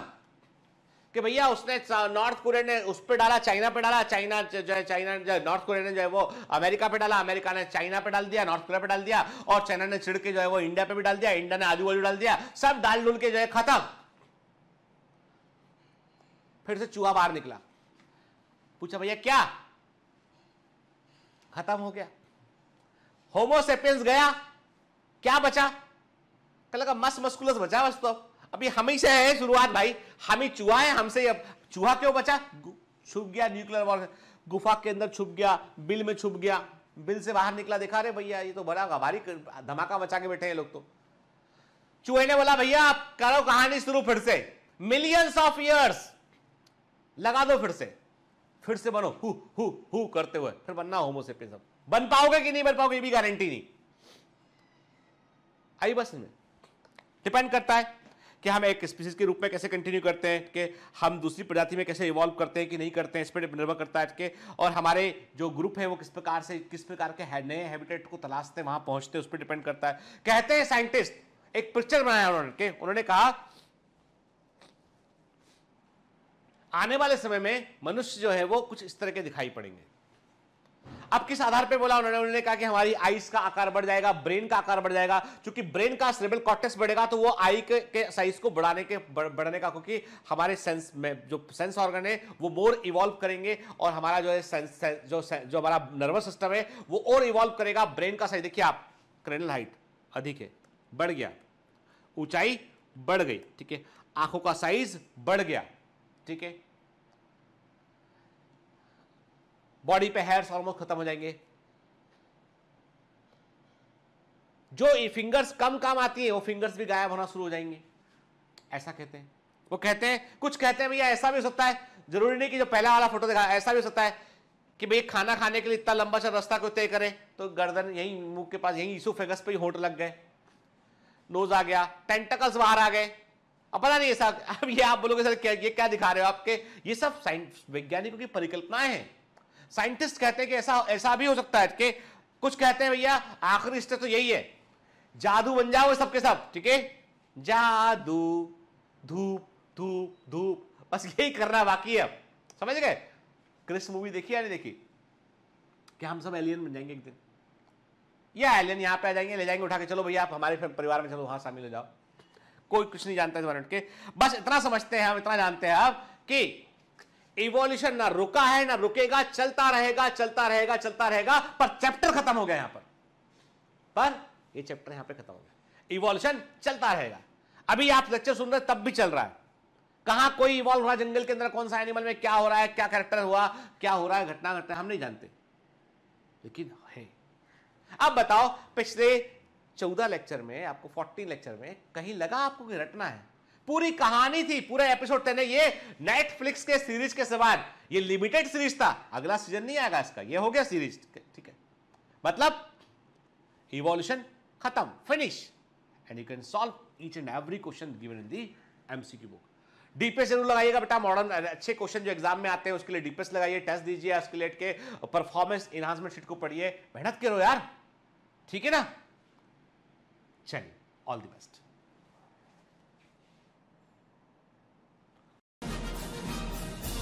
Hi. To become an official commando of Biomentors, join us at www.biomentors.online. Here you can solve daily practice papers, an online test. You can download performance enhancement sheets. You can track your progress.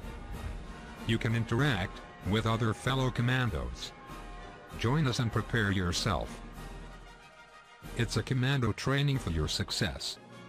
Download Biomentors online app from Google Play Store.